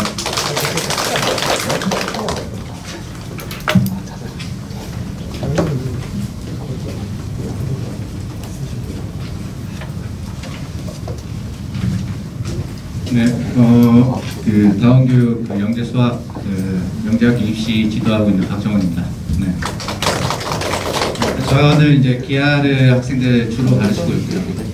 그래서 이제 그 지금 이 자리에서 그 올해 이제 기아 기출문항의 분석에 따른 실제로 이제 이런 문제들을 어떤 학생들이 잘 풀었고 또 이제 어떤 학생들이 합격을 했는지 2단계 이런 부분들에 대해서 좀 말씀드리고 이제 지금 이 시점 딱 이제 그 그 학교 이제 고사 끝나고 이제 여름 방학을 앞두고 있는 이제 이 시점에서 우리 학생들이 이제 무엇을 좀 중점적으로 이제 공부를 하면 좋을지에 대한 그런 부분을 이제 말씀드리고자 나왔는데, 사실 이제 올해 영재학교 문항이 이렇게 나왔다라는 것들은 뭐 어머님들 이제 다들 잘 아실 거라고 생각을 해서 과감하게 그런 어떤 지루한 부분들은 그냥 싹 걷어내도록 하겠습니다. 네, 일단 뭐 올해 그러니까 영재학교 문제다라고 하면 그러니까 너무 그 되게 당연한 어떤 그런 거죠. 유명한 창의적 문제 해결력이 이제 굉장히 중요한 어떤 문제들이라는 건데, 뭐 대표적으로 이제 서울영재학교 문제를 들 수가 있고, 올해 뭐 이런 이제 서울영재학교 문제가 나왔습니다. 네, 어머님들 이제 보시자마자 허걱하죠. 막 이런 어떤 느낌이 드실 텐데, 실제로 학생들도 마찬가지예요. 네, 학생들도 마찬가지지만 실제로 이제 이런 문항들을 풀기 위해서 우리 학생들이 조금만 이제 집중을 하고 문제를 분석하고 규칙성을 파악을 하면 실제로 이제 문제를 접근할 수 있는 방법이나 규칙성을 이제 얻어낼 수 있는데, 실제로 지금 우리 학생들 이제 공부하는 태도들을 보면은 좀 뭐라 그럴까, 이런 문제들에 대해서 이제 겁을 먹는 경우가 좀 많아요. 그러니까 이 겁을 먹는다라는 것은 그러니까 진짜 이 문제가 막 두렵다 이런 게 아니라 뭐 시간이나 이런 부분들에 대해서 실제로 아까 이제 부원장님이 말씀하셨듯이 문제 해결력이라는 건 그러니까 학생 스스로의 힘으로 이제 키워지는 것이 이제 굉장히 중요한데, 실제로 이제 그런 부분들을 굉장히 많이 놓치는 경우가 지금 우리 학생들의 어떤 공부의 양상에서 뭐 시간 때문에도 그렇고 뭐 이제 여러 부분에서 이제 그런 부분들이 보여서 그렇다라는 것이죠. 네, 어쨌든 이제 어머님들이 조금 뭐라 그럴까 이런 어떤 문제 해결력을 위해서 그러니까 학생이 실제로 주도적으로 그렇게 문제를 풀고자 하는 마음가짐이 이제 굉장히 중요하다라는 부분들을 좀 이제 말씀드리고 싶고, 근데 사실 쉽지는 않지만, 네, 어쨌든 뭐 그렇습니다. 네. 네, 요거는 이제 그 앞에 문제를 이제 수학적으로, 네, 이렇게 간단히 하면 이제 그려지는 어떤 모습들이고요. 사실 이제 이 부분은 그 서울영재학교 선생님이 이제 소문항을 따서, 네, 이제 문제의 어떤 풀이의 흐름을 이렇게 이제 만들어 주신 것이고, 네, 이건 이제 그 학생들이 이제 충분히 경험하고 있다 이런 부분을 이제 말씀드리고 싶은 거고요. 네. 그리고 이제 또 영재학교 우리 이제 문항들을 보면 이제 잘 알려진 주제들에 대해서 이제 또 학생들이 단련을 해야 됩니다. 그러니까 문제 해결력, 그러니까 창의적 문제 해결력이다라는 것은 실제로 그런 것들이 이제 잘 되어 있는 학생들은 누구나도 원하고 굉장히 이제 이상적인 부분인데, 이런 또 잘 알려진 주제에 대한 단련은 사실 이제 현실적인 측면이죠. 전략적인 측면에서 실제로 잘 해야 되냐, 잘 하면 좋다라는 것이냐. 이게 예를 들어서 뭐 이런 겁니다. 이제 올해 이제 경기영재학교 문제인데, 요 문항은 실제로 이제 우리 학생 제가 이제 요거 이제 복기를 하면서 학생들이랑 너 이거 어떻게 풀었냐라고 이제 물어보면은 우리 학생들이 이제 거의 푼 학생의 거의 100%가 네, 그냥 공식에 의해서 풀었어요. 그러니까 그 공식은 이제 어머니들도 이제 잘 알고 계신 그 이제 삼각함수의 덧셈 정리 있지 않습니까? 그 신코코식 코코식이면 다다다다 예, 그거에 의해서 이제 학생들이 물론 이제 영재학교 선생님이 그런 어떤 고등 선행적인 부분을 이제 그 공식을 이용해서 이제 문제를 풀어라라고 출제하신 건 아니겠죠. 당연히 이제 그런 부분이 아니지만. 현실적으로 우리 학생들은 뭐라 그럴까 그런 어떤 공식에 의존해서 네, 이렇게 간단히 풀었고, 또 이제 재밌는 건 그 공식을 이제 모르는 학생들은 상대적으로 이제 풀지 못한 어떤 그런 재밌는 결과를 갖고 있는 어떤 그런 문제다라고 이렇게 보시면 될 것 같습니다. 그리고 이제 또 중등심화, 이제 요새 이제 어머니들이랑 이제 얘기를 하다 보면 이 중등심화가 중요하다라는 이 말에 대해서 거부감을 갖고 계시는 어머님들은 별로 없을 거라고 생각을 합니다. 네, 굉장히 이제 그러니까 창의적 문제 해결력이다라고 하는 이상적인 어떤 그런 능력과 그리고 그 잘 알려진 주제에 대한 단련, 그런 어떤 현실적인 전략적인 측면과 이런 어떤 중등심화가 탄탄해야 되는 이런 어떤 기본적인 것들, 네, 요 기본과 이상과 현실이 고루 갖춰져야지만이 실제로 이제 학생들이 이제 문제 푸는데 합격에 있어서 이제 수월할 수 있다. 라는 것을 이제 말씀드리고 싶고, 네, 뭐 요런 것들이 있다라는 것인데, 그 마지막으로 이제 그렇다면 지금 이 시점에서 그 어머님들이 우리 학생들 이제 그 뭐라 그럴까 기하 실력 또는 이제 수학 실력을 키우기 위해서 이제 무엇에 조금 이렇게 초점을 맞춰야 되느냐라는 부분에 대해서 뭐 대단히 거창한 건 없는데 너무나도 어머니들이 잘 알고 계시고 이제 고전적인 어떤 해결법인데 그래도 이제 그 명확하게 좀 목표를 제시해 드리고자 한다면 그냥 문제 많이 풀리는 게 정답인 것 같습니다. 네, 지금 그러니까 이게 여러 가지 의미를 담고 있는데 아까 이제 보시면 그 영재고 입시의 흐름에서 원 스텝, 투 스텝 이렇게 스텝별로 나눠져 있는 단계를 보면은 실제로 우리 학생들이 이제 문제를 많이 풀 수 있는 어떤 그런 시기가 별로 없습니다. 사실은 잘 생각해 보면 학기 중에 우리 학생들이 열심히 문제를 많이 풀 수 있을 것 같지만 또 그렇지도 않고요. 네, 겨울방학, 파이널 마찬가지로 굉장히 살인적인 스케줄에서 우리 학생들이 이제 문제를 많이 풀어낼 수 있는 어떤 기회가 그렇게 많지 않아요. 지금 이 시점이 딱 그 시점이다라는 것을 좀 말씀드리고 싶고 그것을 이제 어머니들끼리 정확히 인지하셔서 그리고 또 어떤 문제를 풀리느냐 이런 것도 굉장히 중요한 것 같습니다. 네, 그러니까 너무 어려운 문제를 실제로 고민하게끔 하는 거는 문제 해결력을 높이는 어떤 측면에서 그렇게 옳지 못하다라고 봐요. 네, 그러니까 우리 학생들이 지금 갖고 있는 어떤 수준에서 조금 낮은 단계, 그러니까 문제 풀리는 맛이 있어야지 그 지속력도 있기 마련이고 현실적인 어떤 방안이라고 생각을 하거든요. 네, 그러니까 적정한 어떤 문제들을 이렇게 우리 학생들한테 잘 주어지는 것, 당연히 이제 학생을 잘하고 있는 선생님하고 이제 상의가 돼야겠죠. 네, 이런 부분들에 대해서 우리 학생들 지금 이 시점에서 딴 거 보지 말고 명확하게 문제를 많이 풀게끔 하겠다라는 어떤 목표 안에서 뭐라 그럴까 공부를 진행하시면 어떨까라고 생각을 합니다. 이 정도고요. 저는 여기까지 하도록 하겠습니다. 네.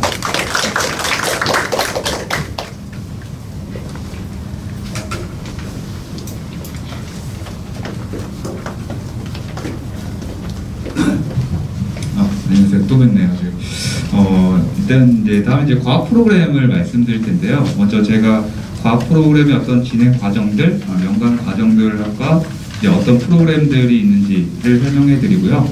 그 다음에 이제 몰아생지별로 파트별 어떤 프로그램들에 대해서 각 선생님들이 이제 설명해 주실 건데요. 먼저 저희 과학 프로그램의 일반적인 과정은요, 뭐 수학하고 동일합니다. 저희가 이제 다음 주 월요일부터 영재반이 개강이 돼요. 종합반이 이제 개강이 되는 거죠. 다음 주 월요일부터. 그래서 8월 달에 개강을 하고요. 이 8월 달에 개강하는 반이 6주 프로그램으로 들어갑니다. 어떻게 보면 이제 K모 2차 끝나는 이제 9월 둘째 주까지 프로그램이 진행된다고 보시면 돼요. 그 다음에 이제 또 2차 개강반이 있고요. 그 다음에 이제 겨울방학 때는 좀 집중 수업으로 가고, 그 다음에 5월까지 이제 파이널 과정으로 이렇게 진행이 됩니다. 올해 같은 경우는 좀 이런 일정에 대해서 밀려서 쭉 길어졌는데 특별하지 않은 이상 이런 일정으로 진행된다고 보시면 될 것 같고요. 그럼 저희 이제 과학 프로그램에 어떤 특징이 있느냐? 일단은 뭐 이제 초기에는 대부분의 어떤 영재고에 필요한 필수 개념들, 핵심 이론들을 좀 다루고요. 이제 그 다음에 9월부터는 이제 응용 과정에 들어가게 될 것으로 보이고요. 근데 이게 좀 중요한 게 이제 보통 이제 영재반 아이들이 이렇게 예전 같으면은 그냥 화월 끝나고 8월 말에 이렇게 들어왔었거든요. 그때 이제 영재 실전반처럼 영재의 어떤 다루는 이론이나 응용 개념을 같이 진행을 했었어요. 근데 올해 같은 경우에 저희가 이제 1차 개강이 있고 2차 개강을 이렇게 나눴는데 이제 후반부에 들어오면은 이제 영재과학, 물화생지의 어떤 개념들이 좀 심도 있게 바로 진행이 돼요. 그럼 그 적응 기간이 좀 필요한데 특히 물이나 화학은 물이나 화학을 좀 공부해서 조금 이제 익숙하게 돌아갈 수 있어도 생물이나 지구학은 상당히 생소하게 됩니다. 그러니까 용어 자체를 낯설게 시작을 하고요. 만약에 이제 9월 이제 2차 개강부터 들어오면은 선생님들이 막 수업을 하다 보면은 용어부터 낯설어요. 그 용어에 익숙해지는데 거의 한 3달 정도 걸립니다. 그리고 다음에 또 비슷한 내용을 할 때 이게 이런 거지, 그때부터 이해가 시작이 돼요. 그래서 올해 같은 경우는 이제 다음 주부터 이제 어떤 필요한 개념들을 쭉 한번 6주 동안 정리하고 핵심 개념을 살펴보는 커리가 진행이 되고요. 그 다음에 이제 영재 실제 응용하는 그런 커리로 진행되다가 겨울 때는 이제 정규 과정이 있고요. 그 다음에 이제 필수 특강이라고 해서 이제 저녁 전에 오후에 이제 프로그램이 또 같이 진행이 돼요. 이때는 상당히 겨울방학 때 많은 학생들이 오랜 시간 동안 학원에 머물면서 공부가 진행이 될 거고요. 그 다음에 이제 파이널 과정으로 이렇게 진행되고요. 그 다음에 이제 저희 학원 같은 경우가 이제 한 반에 과학 선생님이 2분이 들어갑니다. 이제 모라생지 전부 다. 대부분 이제 2분이 들어가서 2분이 단원을 나눠서 진행을 해요. 이제 그 이유가 이제 진행하다가 또 시즌이 되면 또 이제 바꿔서 또 이렇게 진행을 합니다. 저희가 이런 시스템을 도입하는 이유가 어떤 과학이라는 이제 해석하는 관점이요. 어떤 문제를 풀고 설명하는 관점들이 다 똑같지는 않아요. 그리고 이런 방법으로 해석하는 선생님도 있고 또 저런 방법으로 해석하는 선생님도 있어요. 뭐 결론은 똑같지만 그러니까 다양한 측면을 경험해 볼 수 있게 하기 위해서 저희가 이제 2분의 선생님이 한 반을 들어가서 이런 교차 수업으로 이제 진행되는 프로그램을 진행을 하고 있습니다. 그 다음에 이제 저희 이제 학원의 이제 모의고사, 이제 저 앞에서 이제 합격자 분석을 했었죠. 이제 합격자 분석이 이제 겨울 이제 1월부터 한 모의고사를 바탕으로 이제 입시 지도를 이제 시작을 하는데요. 저희 모의고사는 특히 이제 종합 모의고사가 있고요. 그 다음에 이제 어떤 선택, 이제 한 주에 2개 학교 중에 하나를 선택해서 보이는 그런 모의고사가 있고요.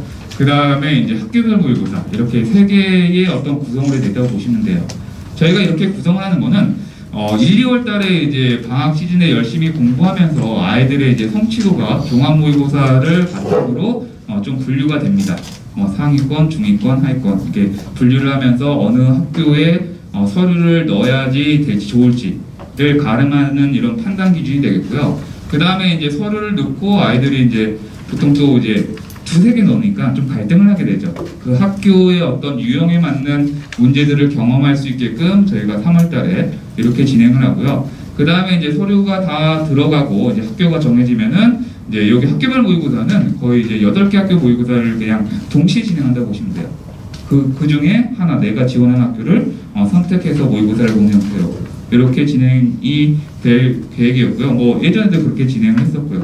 그래서 크게 이제 3분류의 모의고사를 진행을 할 거고 앞에서 분석한 그런 입시 지도를 바탕으로 학교의 분석이라든가 방향성이라든가 그런 것들을 이제 지도를 하게끔 이제 구성이 되어 있습니다. 그래서 총 뭐 모의고사 횟수만 따져도 많게는 한 14회 정도 아이들을 모의고사를 경험할 수 있으니까 상당히 많은 양의 어떤 아이들이 어떤 실질적인 문제를 접하고 적응할 수 있는 기회는 충분히 있다는 거 이렇게 말씀드리고 싶고요. 올해 같은 경우는 거의 아이들이 이제 시기가 늘어져서 모의고사를 한 20회 정도 봤어요. 실질적으로 변횟수가 어마어마하게. 이때 볼 줄 알았는데 또 늦춰지고 또 늦으니까 계속 모의고사를 저희가 또 주말 활용해서 계속 보게끔 했었거든요.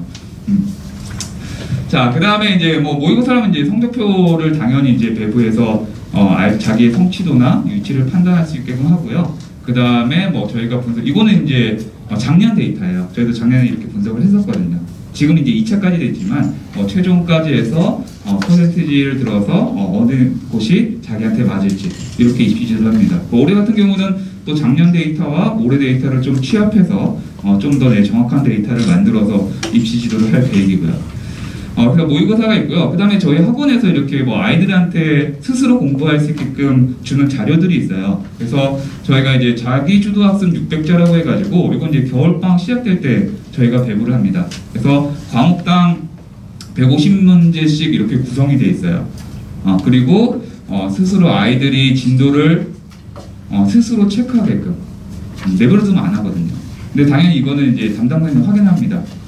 이번 주에 여기까지 풀었니? 다음 주에 여기까지 풀었니? 그래서 스스로 체크를 하면서 공부를 할 수 있게끔 하는 이건 따로 설명은 안 하고요. 해설지를 같이 책자에 매고 같이 이제 속해져 있기 때문에 스스로 공부하면 체크할 수 있는 프로그램이고요. 그 다음에 이제 융합자료로서 이제 응용할 수 있는 뭐 사례라던가 그 다음에 이제 여기에도 당연히 이제 문제가 포함이 되어 있고요. 그래서 융합자료에 해당하는 이런 자료를 또 이제 저희가 배부해서 아이들 스스로 공부할 수 있게끔 이런 프로그램도 진행이 되어 있고요. 그 다음에 이제 올해 처음으로 이제 실시하는 또 프로그램이 있어요. 이건 이제 테스트 관련인데 여기 숫자들이 있죠. 뭐 5 곱하기 4 곱하기 3 곱하기 4 곱하기 4 요거 다 곱하면 답이 얼마 될까요? 요거 다 곱하면은 960이 됩니다. 근데 이게 뭘 의미하느냐? 저희가 이제 이건 이제 테스트 관련인데요. 보통 학원에서는 그냥 테스트 보고 테스트 점수가 얼마 되고 그냥 뭐 이렇게 확인하는 절차로 많이 일일 테스트, 데일리 테스트를 많이 보죠. 그날 배운 거에 대해서. 근데 저희가 이제 그것들을 작년에 했었는데 좀 문제점이 있어요. 문제점이 뭐가 있느냐? 아이들 테스트를 보고 테스트 시험지를 다시 보지 않습니다. 틀린 걸 확인을 안 해요. 아이들은 그냥 답만 맞추면 좋아해요. 이거 맞았고 이거 틀렸고, 그리고 집에다 쌓아두거나 버려둡니다. 다음에 틀린 문제나 이런 것들 다시 풀거나 그러지 않아요. 대부분의 아이들이. 그리고 어마어마한 프린트 양이기 때문에 그걸 정리하기도 쉽지 않아요.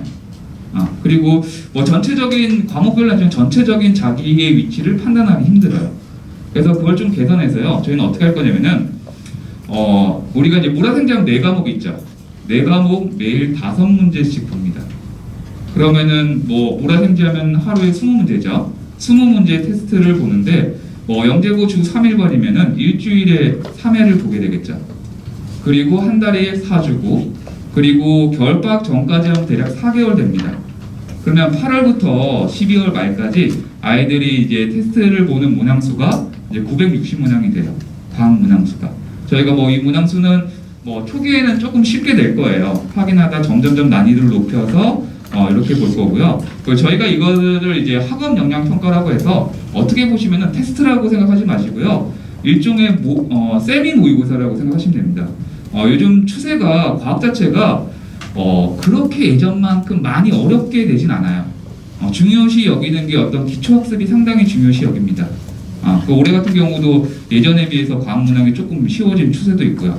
그래서 그런 것들을 확인하기 위해서 매일 물화생지의 문제를 5문항씩 20문장씩 이렇게 테스트 모의고사 형태로 30분 이제 수업 끝나면은 자습실 가서 30분 정도 이렇게 볼 예정이고요. 당연히 이거에 대한 성적표를 저희가 배부를 하는데요. 이 성적표는 매일 나가는 건 아니고요. 주 단위나 2주 단위로 이렇게 합니다. 그래서 전체적으로 아이들의 성적 분포가 어떻게 되는지, 여기 보면 이제 상위 퍼센티지가 어떻게 되는지, 그리고 이 테스트는요 전반이 다 공통적으로 봅니다.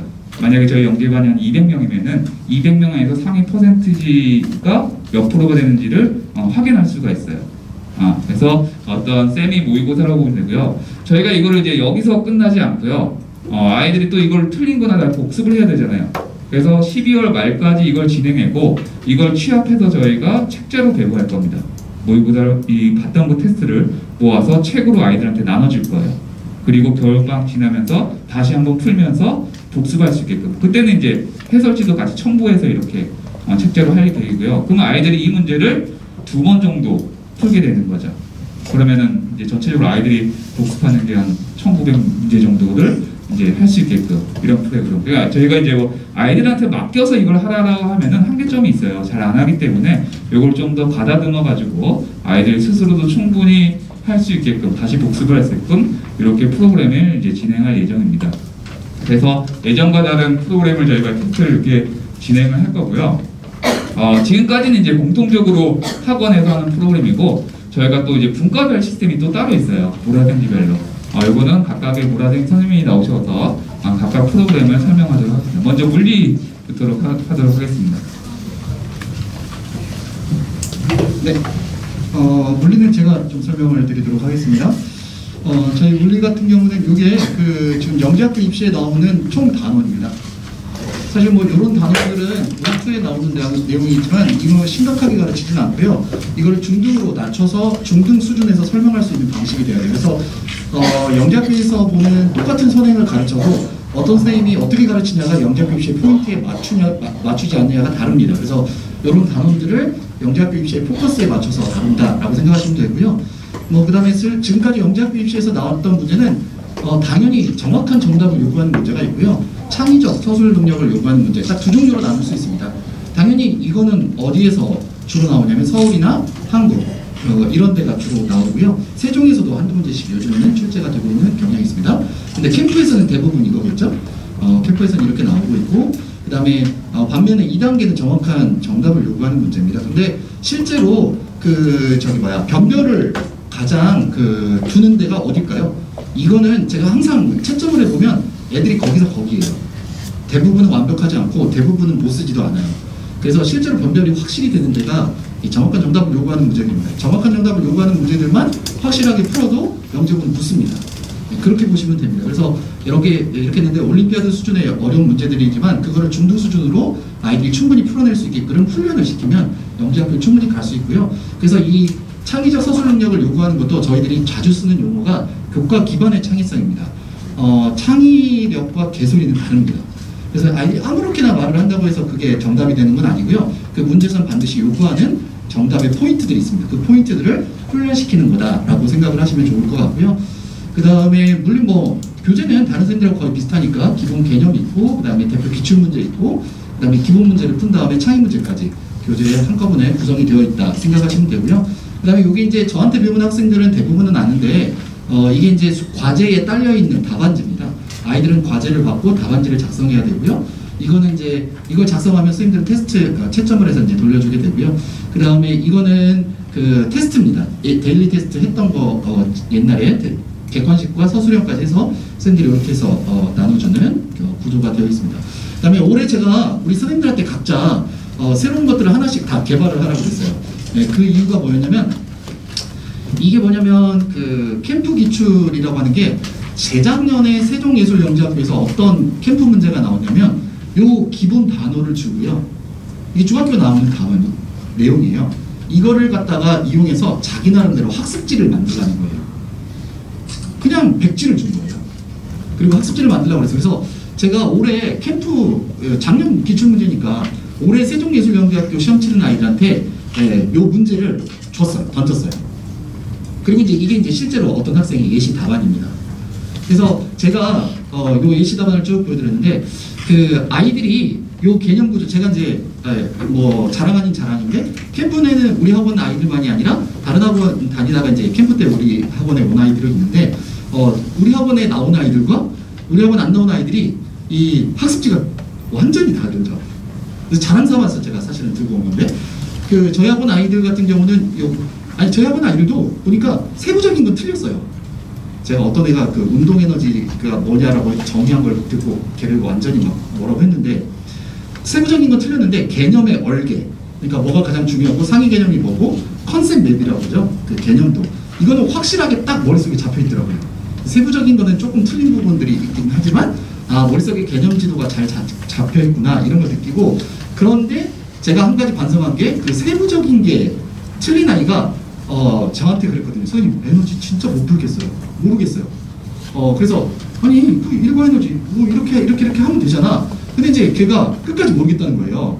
근데 그게 세종예술영재 그랬던 애도 붙은 거예요. 지금 2단계를 붙어가지고 학습지 만들기를 해봤어요. 그랬더니 아까 그 녀석이 바로 운동 에너지를 정의하는데 이 녀석이 뭐라고 정의를 하냐면 물체를 운동시킬 수 있는 힘의 크기 이딴 식으로 정의를 하고 있으니까 도대체 이해가 안 되는 거죠. 그래서 얘가 왜 문제가 안 되는지를 알겠다. 그래서 제가 올해는 요거를 아이들한테 단원이 끝나면 한 번씩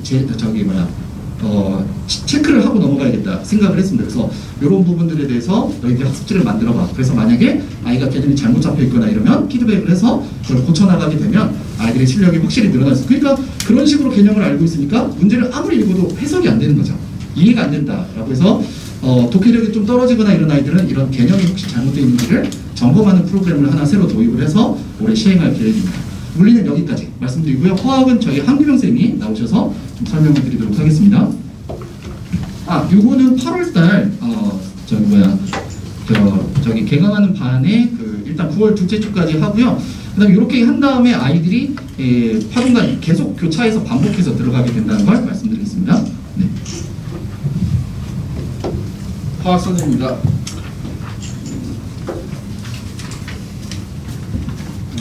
내용은 비슷합니다. 저희 뭐 다른 선생님들 다른 수학이나 과학하고 비슷하게 중등과학을 좀 기초를 탄탄히 해야지 되는데 이거 하는 이유가 고등하고 연결돼 있죠.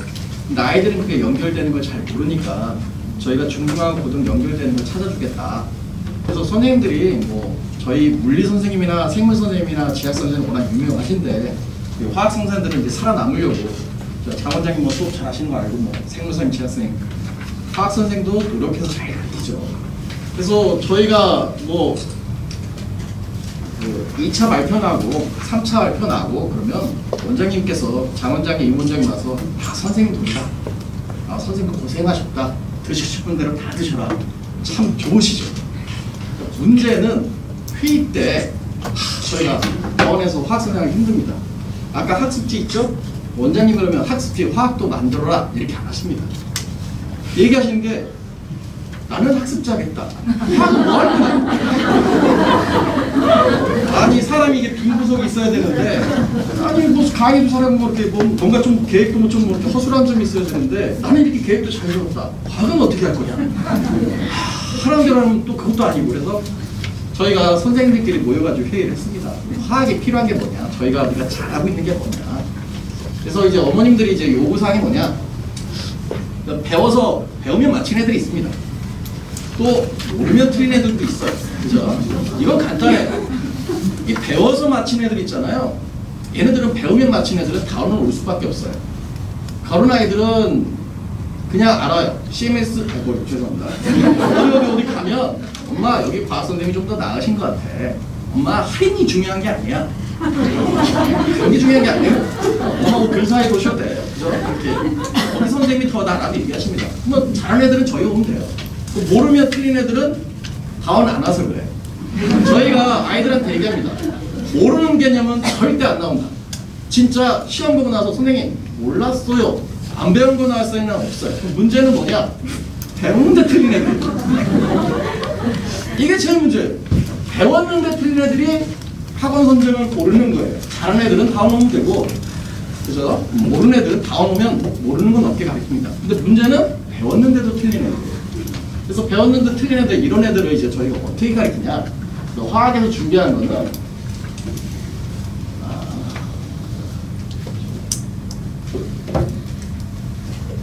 크게 두 가지입니다.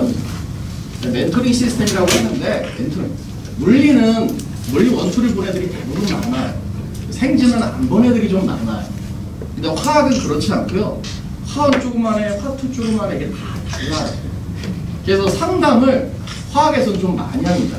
근데 이게 홍보가 좀 덜 돼서 어머님도 뭐 이제 한 달, 두 달 지나셔서 이 성적표 보고 우리 애가 화학이 왜 이래요? 이렇게 나오실 거 아니에요. 그죠? 그거보다는 저희가 보통 저 같은 경우는 한 명씩 할 수는 없어요. 한 명씩 하면 보통 한 16명이면 첫째 주, 그러니까 처음에 한 명 학생 하면 얘는 끝날 때 한 번 할 게 안 돼, 그죠? 그래서 보통 서너 명씩 상담을 해요. 화학은 좀 많이 합니다. 그렇게 상담을 하고 나서 또 문제 있는 학생들은 또 다시 상담을 하고. 그래서 어머님들께서 아셔야 될 거는 요구사항을 직접 처음에 하고 딱 보내는데 요구사항 뭐 얘기하기 좀 힘들다. 그럼 저희가 학생들의 상담을 하니까 학생들을 통해서 상담을 하게끔. 그런 아이도 있어요. 저희가 맨날 상담을 합니다 하면 그러세요? 그죠? 잘 모르시니까. 그러니까 화학에서 상담을 다른 학원이 아니라 다른 과보다도 문과보다도 상담이 적다면 그럼 화학을 하셔도 돼요. 화학이 주로 상담을 많이 할 거예요. 그 이유는 생지는 처음 배워요. 물리는 많이 배워요. 화학이 편차가 커요. 그러니까 학생별로 다르기 때문에 상담이 좀 많이 들어가야 됩니다. 그래서 상담은 화학에서 주도적으로 할 거다 이렇게 생각하시고요. 두 번째는 서술 영역인데 아까 문제도 보면 저희가 많이 풀리지만 많이 풀리는 문제들은 객관식이 좀 많아요. 서술형은 누가 해줘야 되냐? 화학부터 가야죠. 화학하고 나서 생지. 그래서 데일리 테스트나 주간 테스트 같은 경우는 객관식이 좀 많아서 이제 서술 같은 경우는 화학에서 생지는 아직 많이 안 배웠잖아요. 그래서 화학부터 먼저 시작을 해야 돼요.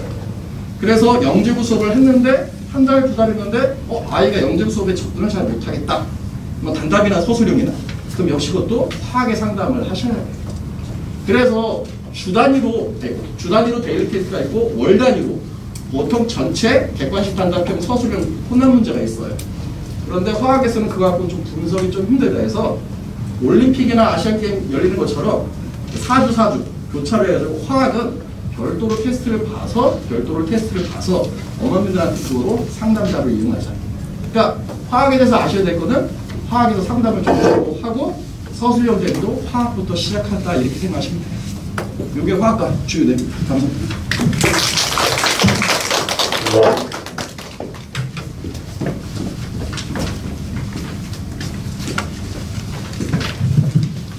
안녕하세요. 다원교육에서 아이들과 생물 공부하고 있는 김현수 선생입니다. 일단은 뭐 영재 생물이라기보다는 그냥 생물학을 어떻게 접근해야 될지에 대해서 좀 간단하게 말씀을 좀 드릴게요. 네, 사실 원장님이 앞서서 뻥먹 소리 뭐 이렇게 말씀하셨지만 창의적 헛소리를 가장 잘할 수 있는 방법이 생물학입니다. 왜냐면 정보가 굉장히 많고요. 그 퍼즐들을 어떻게 연결하는 것이 어떻게 연결하느냐에 따라서 정말 창의적인 서술이 되기도 하고 답변이 되기도 하고 정말 말도 안 되는 외교가 되기도 하는 거죠. 그래서 기본적으로는 이제 아이들은 뭐 현상에 대한 원리를 파악을 해야 돼요. 근데 이걸 파악하기 위해서 당연히 실제로 학자가 자기가 한번 학자가 돼보는 거죠. 이 사람은 어떻게 접근했을까? 어디에서 궁금증을 느꼈을까? 이걸 테스트하기 위해서 어떤 실험을 수행을 했을까? 라는 것들, 그리고 실제로 그 생물체를 한번 돼보는 거죠. 결국엔 생명체는 살아남기 위해서 발버둥을 치는 존재이기 때문에 특정한 상황에서 어떤 방식을 통해서 물화생지에서 공통적으로 보여지게 되는 그런 현상들이 어떻게 나타나게 되는지를 파악하는 것이 굉장히 중요하다고 생각을 합니다. 근데 이렇게만 가면 너무 재미가 없잖아요. 쟤는 너무 학자 스타일이야, 너무 고루해, 지루해 이렇게 할 수 있으니까 서로 간의 아이들이 즐거움을 가질 수 있도록 서로에게 설명을 하거나 아니면 서로 논쟁을 하는 과정을 통해서 생물학적 논리를 쌓게 되는 과정이 필요하게 됩니다. 그럼 여기에서 이제 등장해야 되는 키워드가 안 나오고 있죠. 암기가 지금 안 나오고 있는데 결국에는 암기라는 것은 결국에는 구체적 표현을 하기 위한 하나의 수단에 불과하거든요. 그래서 자, 이렇게 아이들이 문제에 대한 답을 쓰기 위해서는 글을 써야 되고 그래프를 그릴 줄 알아야 되고 표를 채울 줄 알아야 되거든요. 이 과정을 통해서 결국에는 저희가 원하는 생물학을 두려워하지 않고 문제를 풀어낼 수 있는 역량을 가지게 되는 그런 능력을 가진다고 생각을 합니다. 근데 여기에서 이제 알파가 있는데요. 이 알파가 바로 암기가 되겠죠. 이 암기가 주객이 전도되어서 굉장히 우울한 상황이 벌어지게 되는 경우가 있는데 여기를 보게 되시면 이제 어두워지기 시작하죠. 주객이 전도돼서 이걸 다 먹기 시작합니다. 그러다가 이제 더 어두워지게 되면은 이제 포기 상태가 되고 주간에 했던 것들이 이제 다 아래로 무너지게 되는 이런 상황들이 참 저는 안타까웠어요. 그런데 생물학은 절대로 암기로 커버할 수 있는 과목이 아니고 퍼즐들의 논리적 배열이 중요한 과목이기 때문에 이런 것들을 갖다가 저희가 최대한 앞에서 말씀드렸던 구체적 표현 이런 것들의 역량을 강화시키기 위한 프로그램이 중요하다고 생각을 했습니다. 그래서 결국에는 생물 교과, 아이들이 공부하게 되는 중등교과의 구조가 완전하게 파악이 돼야 돼요. 그 이후에 용어의 올바른 정의가 필요하게 될 것이고 그 다음에 내부에서의, 그러니까 단원 내부에서의 연결관계 그리고 단원과 단원 사이에서의 연결관계 이런 것들이 정확하게 파악이 되는 과정을 통해서 정복이 가능하다고 생각을 하고 있습니다. 이를 위해서 저희는 Write Your Own Note라고 되어 있죠. 원장님이 말씀하신 거랑 비슷해요. 뭐냐면 결국에는 아이들은 입시를 하기 위한 자신만의 노트가 필요하다는 결론에 도달을 했어요. 그런데 그 노트는 강사 선생님들이 만들어줘서 여기까지 외워와 밑줄 쳐주고 이거 중요해 이런 게 아니라 키워드를 제시를 하게 되고 그 다음에 아이들은 그 키워드에 대한 디테일 그리고 생명현상의 예시를 실제 조사를 통해서 자기 주도적으로 채우게 되는 거예요. 이걸 단원별로 할 예정입니다. 그래서 작년에 이제 한번 테스트를 좀 해봤어요. 아이들이 중요한 그 과목 중요한 단원들을 대상으로 해서 그래서 아이들한테 이렇게 나눠줬고요. 아이들이 이렇게 저에게 검사를 받는 거죠. 근데 여기서 부족한 점이 뭔지 피드백을 통해 가지고서는 한번 노트도 만들어보고 단원의 리뷰도 해보고 이런 활동들이 바람직하다고 저는 생각이 됐고 효율적이라고 생각을 했습니다. 그래서 최종적으로 아이들이 이제 시험을 보기 직전까지 뭘 봐야 되느냐, 생물 선생님 어떻게 해야 돼요? 뭘 봐야 돼요? 뭔 책을 봐야 돼요? 자기 노트 보기 가장 편해요. 자기가 공부를 여기까지 해봤습니다. 그래서 자기가 시험장에 들고 들어갈 수 있는 노트를 최종적으로 완성을 하고 파이널까지 보완을 하고 그 다음에 거기에 대해서 또 선생님과 이제 질의응답 같은 소통도 하고 이런 툴로서 활용을 할 예정입니다. 네, 그래서 학업 능력 향상을 위해서 이제 학생이 해야 될 노력이 좀 필요해요. 요구하는 게 맞습니다. 그래서 숙제 당연히 해결해야 되고요. 그 다음에 노트 작성해야 되고요. 그 다음에 좀 무서운 시험인데요. 그냥 단원 지정하고 백지만 줄 거예요. 써봐. 뭐 배웠어? 그렇게 잔인하게 좀 아이들을 단련시킬 예정입니다. 물론 이 과정 중에 이렇게 멍멍 소리에서 결국 인간의 언어로 이제 점차 이제 변해가겠죠. 저는 이제 어떻게 아이들을 서포트를 하게 될 거냐면 숙제 관리 당연히 해야 되고 노트에 대한 피드백 당연히 해야 되고 온 오프라인 질의 응답을 해야 되는데 코로나 시대에 이제 접어들게 되면서 아이들을 만날 수 있는 기회가 너무 줄어든 게 너무 안타깝더라고요. 그래서 최대한 저는 이제 각종 SNS나 문자나 이런 것들을 이용해서 아이들에게 최대한 빨리 피드백을 하고 있습니다. 자, 이제 8월 이제 조기 개강만에 진도는 다음과 같습니다. 좀 제가 이번에는 커리 순서를 바꿨어요.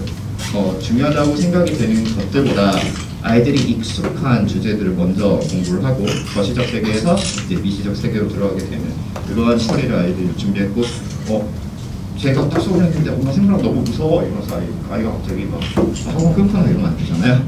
그래가지고 이와 같이 좀 배열을 바꿔봤고요. 당연히 우리 초보자는 테스트가 당연히 들어가고 노트 만들려고 했는데 그거 어려운 거 아니에요? 그거 두려워하실까봐 그냥 필인더 블랭크의 형식을 갖추고 있는 초심자 노트를 갖다가 제공을 할 예정입니다. 소통이 되게 중요한 것 같아요. 아이들은 이제 숙제를 하다가 그리고 아이들은 아침형 인간이 있고 저녁형 인간이 있고 새벽형 인간이 있고 정말 가장 각색인데 그 과정 중에 당연히 공부를 하다가 모르는 것들이 발생할 수밖에 없어요. 이번에 코로나 때문에 아이들이 학원에 자주 못 나오고 그리고 공부하는 시간이 제각각이다 보니까 거의 새벽 4시, 5시까지 계속 질문을 받았던 것 같아요. 제가 원래 시즌 시작하기 전엔 62kg였는데 지금 거의 시즌이 끝나고 있는 이 와중에 56kg까지 지금 떨어졌더라고요. 근데 너무 즐겁습니다 이게. 너무 올빼미형 인간이어서 그냥 아이들 그냥 어느 때든 질문을 하면 하거든요. 네, 요래서 이제 생물학의 로드맵은 8월부터 시작을 하게 되면은 이제 9월, 12월을 거치게 되고 진도 한 번을 완성을 합니다. 진도 한 번을 완성하는 가운데 학생별 노트가 이제 완성이 되겠죠. 이 노트는 다시 한번 두 번째 라운드를 돌게 되면 이때 수정 보완이 되고 그 다음에 그래프와 표의 의미에 대해서 조금 더 디테일하게 알아가는 과정이 주어지게 될 겁니다. 당연히 뭐 파이널이나 그 다음에 캠프 대비 이 과정 같은 경우에는 기출문항 연습이나 아니면은 창의 설계, 실험 탐구 이런 것들을 위주로 저희가 아이들을 지도하게 됩니다. 저는 여기까지 말씀드릴게요. 감사합니다.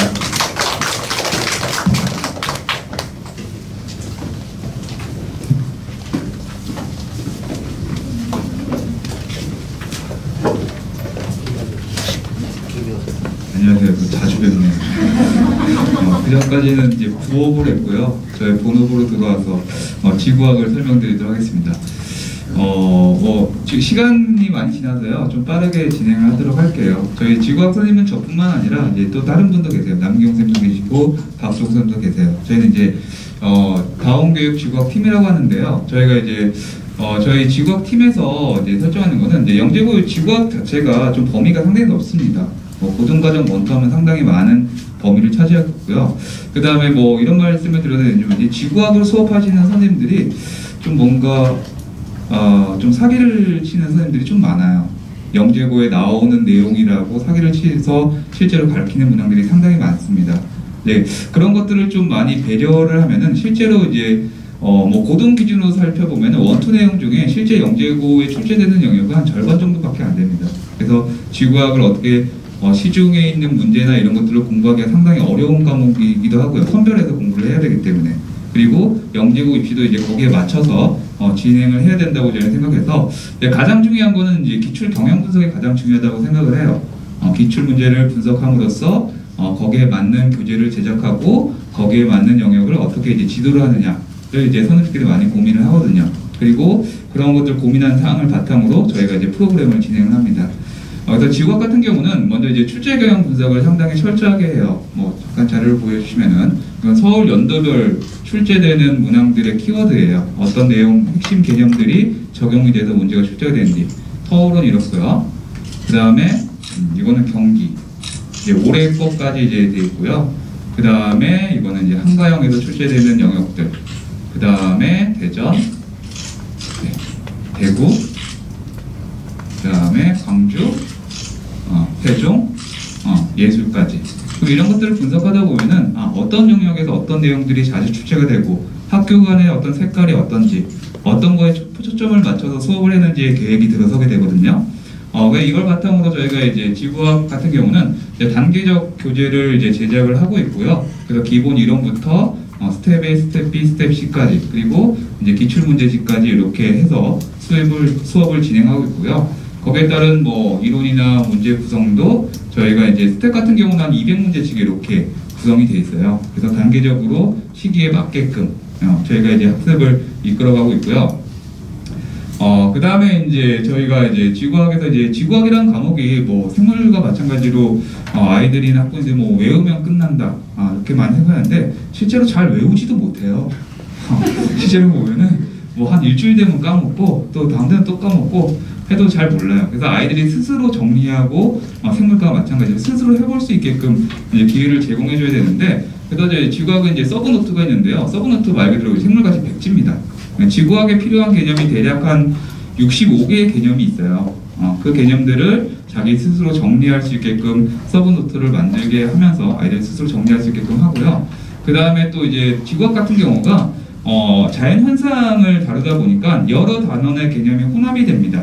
그리고 영재고 문제에서도 혼합된 개념들을 많이 물어보고요. 그래서 어떤 개념들이 연결되어 있는지 아이들 스스로 구성해보고 체크할 수 있게끔 저희가 이제 마인드맵을 이제 단원별로 이제 구성을 해서 체크하도록 이렇게 진행할 예정입니다. 그래서 지구학은 이제 이런 커리로 저희가 이제 구성을 할 거고요. 그 다음에 이제 8월에 시작하는 커리는요, 전반적으로 지구학에서 나오는 중요한 내용들 위주로 저희가 진행을 할 거예요. 그래서 입문 과정이라고 좀 보시면 되고요. 그 다음에 이제 천문을 좀 더 이제 절반으로 나눠서 집중적으로 할 계획입니다. 아이들이 가장 영재고 지구학에서 가장 이제 뭐랄까 변별력이 있는 문항이 천문이고요. 가장 어려워하는 문항이 또 천문 문항이기도 하고. 그래서 이때는 좀 내용보다는 좀 원리 위주로. 뭐 여기서 말씀드리지만 지구학의 천문은요, 시간, 방향, 모양 이 세 개만 할 줄 알면 되거든요. 그런 거 위주로 아이들과 이렇게 집중적으로 공부를 할 예정이고요. 그리고 이제 8월 프로그램이 중요한 게 이 배경 지식이에요. 아까 말씀드렸듯이 아이들은 이제 지구학 같은 경우는 어디서 배웠냐? 그냥 학교에서 배웠습니다. 학교에서 2학년 2학기까지 배운 거죠. 배웠는데 잘 몰라요. 1학년 거는 시기도 많이 오래됐고 시험도 안 보니까. 그러니까 2학년에서도 배웠는데 또 잘 몰라요. 그래서 어떤 배경 지식을 가다듬는 이런 과정으로 저희가 진행될 계획이에요. 그래서 저희가 보면 이제 모라생길 프로그램은 이제 이걸로 마쳤고요. 뭐 이렇게 저희가 이제 모라생길 프로그램을 이렇게 말씀드리는 게 이런 것 같아요. 여기 보시면은 이제 두 개의 산이 있죠. 하나는 상당히 푸르른 산이 있고요. 단풍이 아주 예쁘게 든 산이 있어요. 어머니들 같은 경우는 어느 산을 가보고 싶으세요? 저 같은 경우는 여기를 더 선호합니다.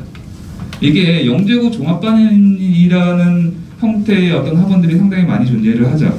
그래서 어떤 과목별로 같은 색채로 진행되는 학원들이 상당히 대다수예요. 뭐 같은 프로그램, 뭐 같은 일정 이렇게 진행하는데 저희 학원 다원 같은 경우는 제가 지구학을 맡고 있으면은 저는 이제 영재고 지구학을 함으로써 영재고 지구학의 가장 큰 라이벌은 저기 시모 학원, 뭐 학원 이런 학원의 지구학이 아니라고 저는 생각합니다. 저는 가장 큰 적은 다원의 물리라고 생각해요. 그래서 뭐 다원 영재 교육하면은 물리 이렇게 생각을 하잖아요. 저는 이제 좀 더 시간이 지나서 다원 영재 교육하면은 지구과학. 이걸 목표로 이제 공부하고 또 계획하고 아이들을 이끌어갈 예정이고요. 그래서 이제 다원 교육이라고 하는 게 어떻게 보면은 과목별 색채가 상당히 강해요. 그리고 과목 간의 경쟁력을 키우려고 해요. 뭐 가르치는 내용은 뭐 과목별로 다 다르고 또 아이들이 습득하는 방식도 다 다르잖아요. 그냥 과목 간에 어떤 거기에 맞는 색채들이 있어라고 생각을 해요. 이런 것들이 상당히 뚜렷하게 나타나고 이런 것들이 잘 조화가 돼야지 올바른 영재 교육을 할 수 있는 그런 학원이 아닌가 이렇게 생각을 합니다. 그리고 또 한 가지만 더 말씀을 드리면요. 이게 보통 이제 영재고를 준비하는 어떤 영재 학원 자체의 흐름을 어떤 게 있냐면은 이제 관리 위주로 가는 것들이 좀 상당히 많이 있어요. 물론 관리 중요하죠. 아이들에 대한 관리 중요한데 아이들의 관리는 중요한 건 맞습니다. 근데 문제점은 뭐냐면은 마치 영재고에서 관리를 잘 하는 학원은 어머니들한테 전화를 많이 하는 학원으로 인식하는 경우가 상당히 많은 것 같아요. 이 학원에서는 뭐 매주 전화하고 매주 전화 온다. 뭐 전화 받아봐야 똑같은 말 하죠. 잘 따르고 있다, 못하다. 근데 이건 올바른 건 아니라고 봐요. 어차피 영재고 입시를 하는 거는 어머니를 입시하는 게 아니라 아이들을 입시하거든요. 영재고 입시학원은 아이들을 공부해서 트레이닝시켜서 잘 합격할 수 있게끔 올바른 교육을 할 수 있게끔 가르치는 게 이제 영재고 입시 학원이라고 저는 생각을 하고요. 그래서 다원 학원에서는 선생님들이 어머니한테 전화를 자주 안 하는 게 아니라 실제로 못 합니다. 왜? 저런 프로그램을 해야 되기 때문에.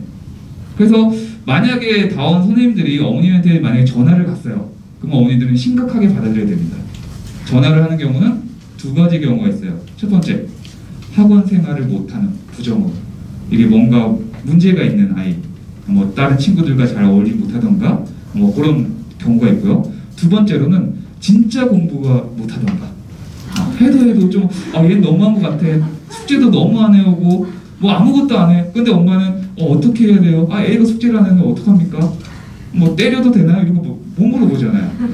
이거 두 가지 경우예요. 그래서 선생님들이 전화를 하면은 좀 심각하게 생각해서 우리 애가 문제가 좀 있나? 이런 것들을 좀 고민을 하고 같이 이제 케어 나갈 수 하면 될 것 같고요. 전화가 안 가면은 상당히 잘 따르고 있다고 보시면 돼요. 그리고 저희가 뭐 실제로 이제 월별로 거의 종합 모의고사를 봅니다. 원래 평가나 이런 것들을 보면은 일정 시기가 끝나면은 학부모님들 개별 상담 기간이 있어요. 그래서 어머님들 불러다가 1대1로 개별 단위별로 개별 상담하는 구간이 있으니까 단지 이제 뭐 전화를 많이 못 드릴 뿐이지 뭐 어머니의 소통이나 이런 것들은 원활히 진행된다고 보시면 되겠고요. 그래서 제가 뭐 이렇게 영재고 대입반에서 할 말은 이제 끝난 것 같고요. 마지막으로 원장님께서 뭐 마무리 인사 말씀드리고 설명회는 끝내도록 하겠습니다. 네, 감사합니다. 그 설명회가 길어져서 이제 바로 마치고요. 한 말씀만 드리면 아이들은 믿을 수 없는 존재인 건 맞습니다. 그러나 끝까지 믿는 게 사실은 굉장히 좀 중요합니다. 아이들을 믿어주고 기다려주면 아이들은 다 잘 성장을 하고요. 제가 항상 느끼는 건 영재가 아닌 부모가 영재를 키우다 보니까 문제가 발생합니다. 아이들의 공부 방식이나 이런 것들을 잘 느끼지 못하셔서 그럴 수 있는데요. 아이들 끝까지 믿어주면 아이들은 좋은 결과를 항상 내어왔습니다. 그래서 부모님들이 아이들을 좀 잘 믿어주시고 학원에서도 그렇게 하면 아이들 좋은 결과를 낼 수 있을 거라고 믿습니다. 시험 기간 이번 주에 테스트 보고요.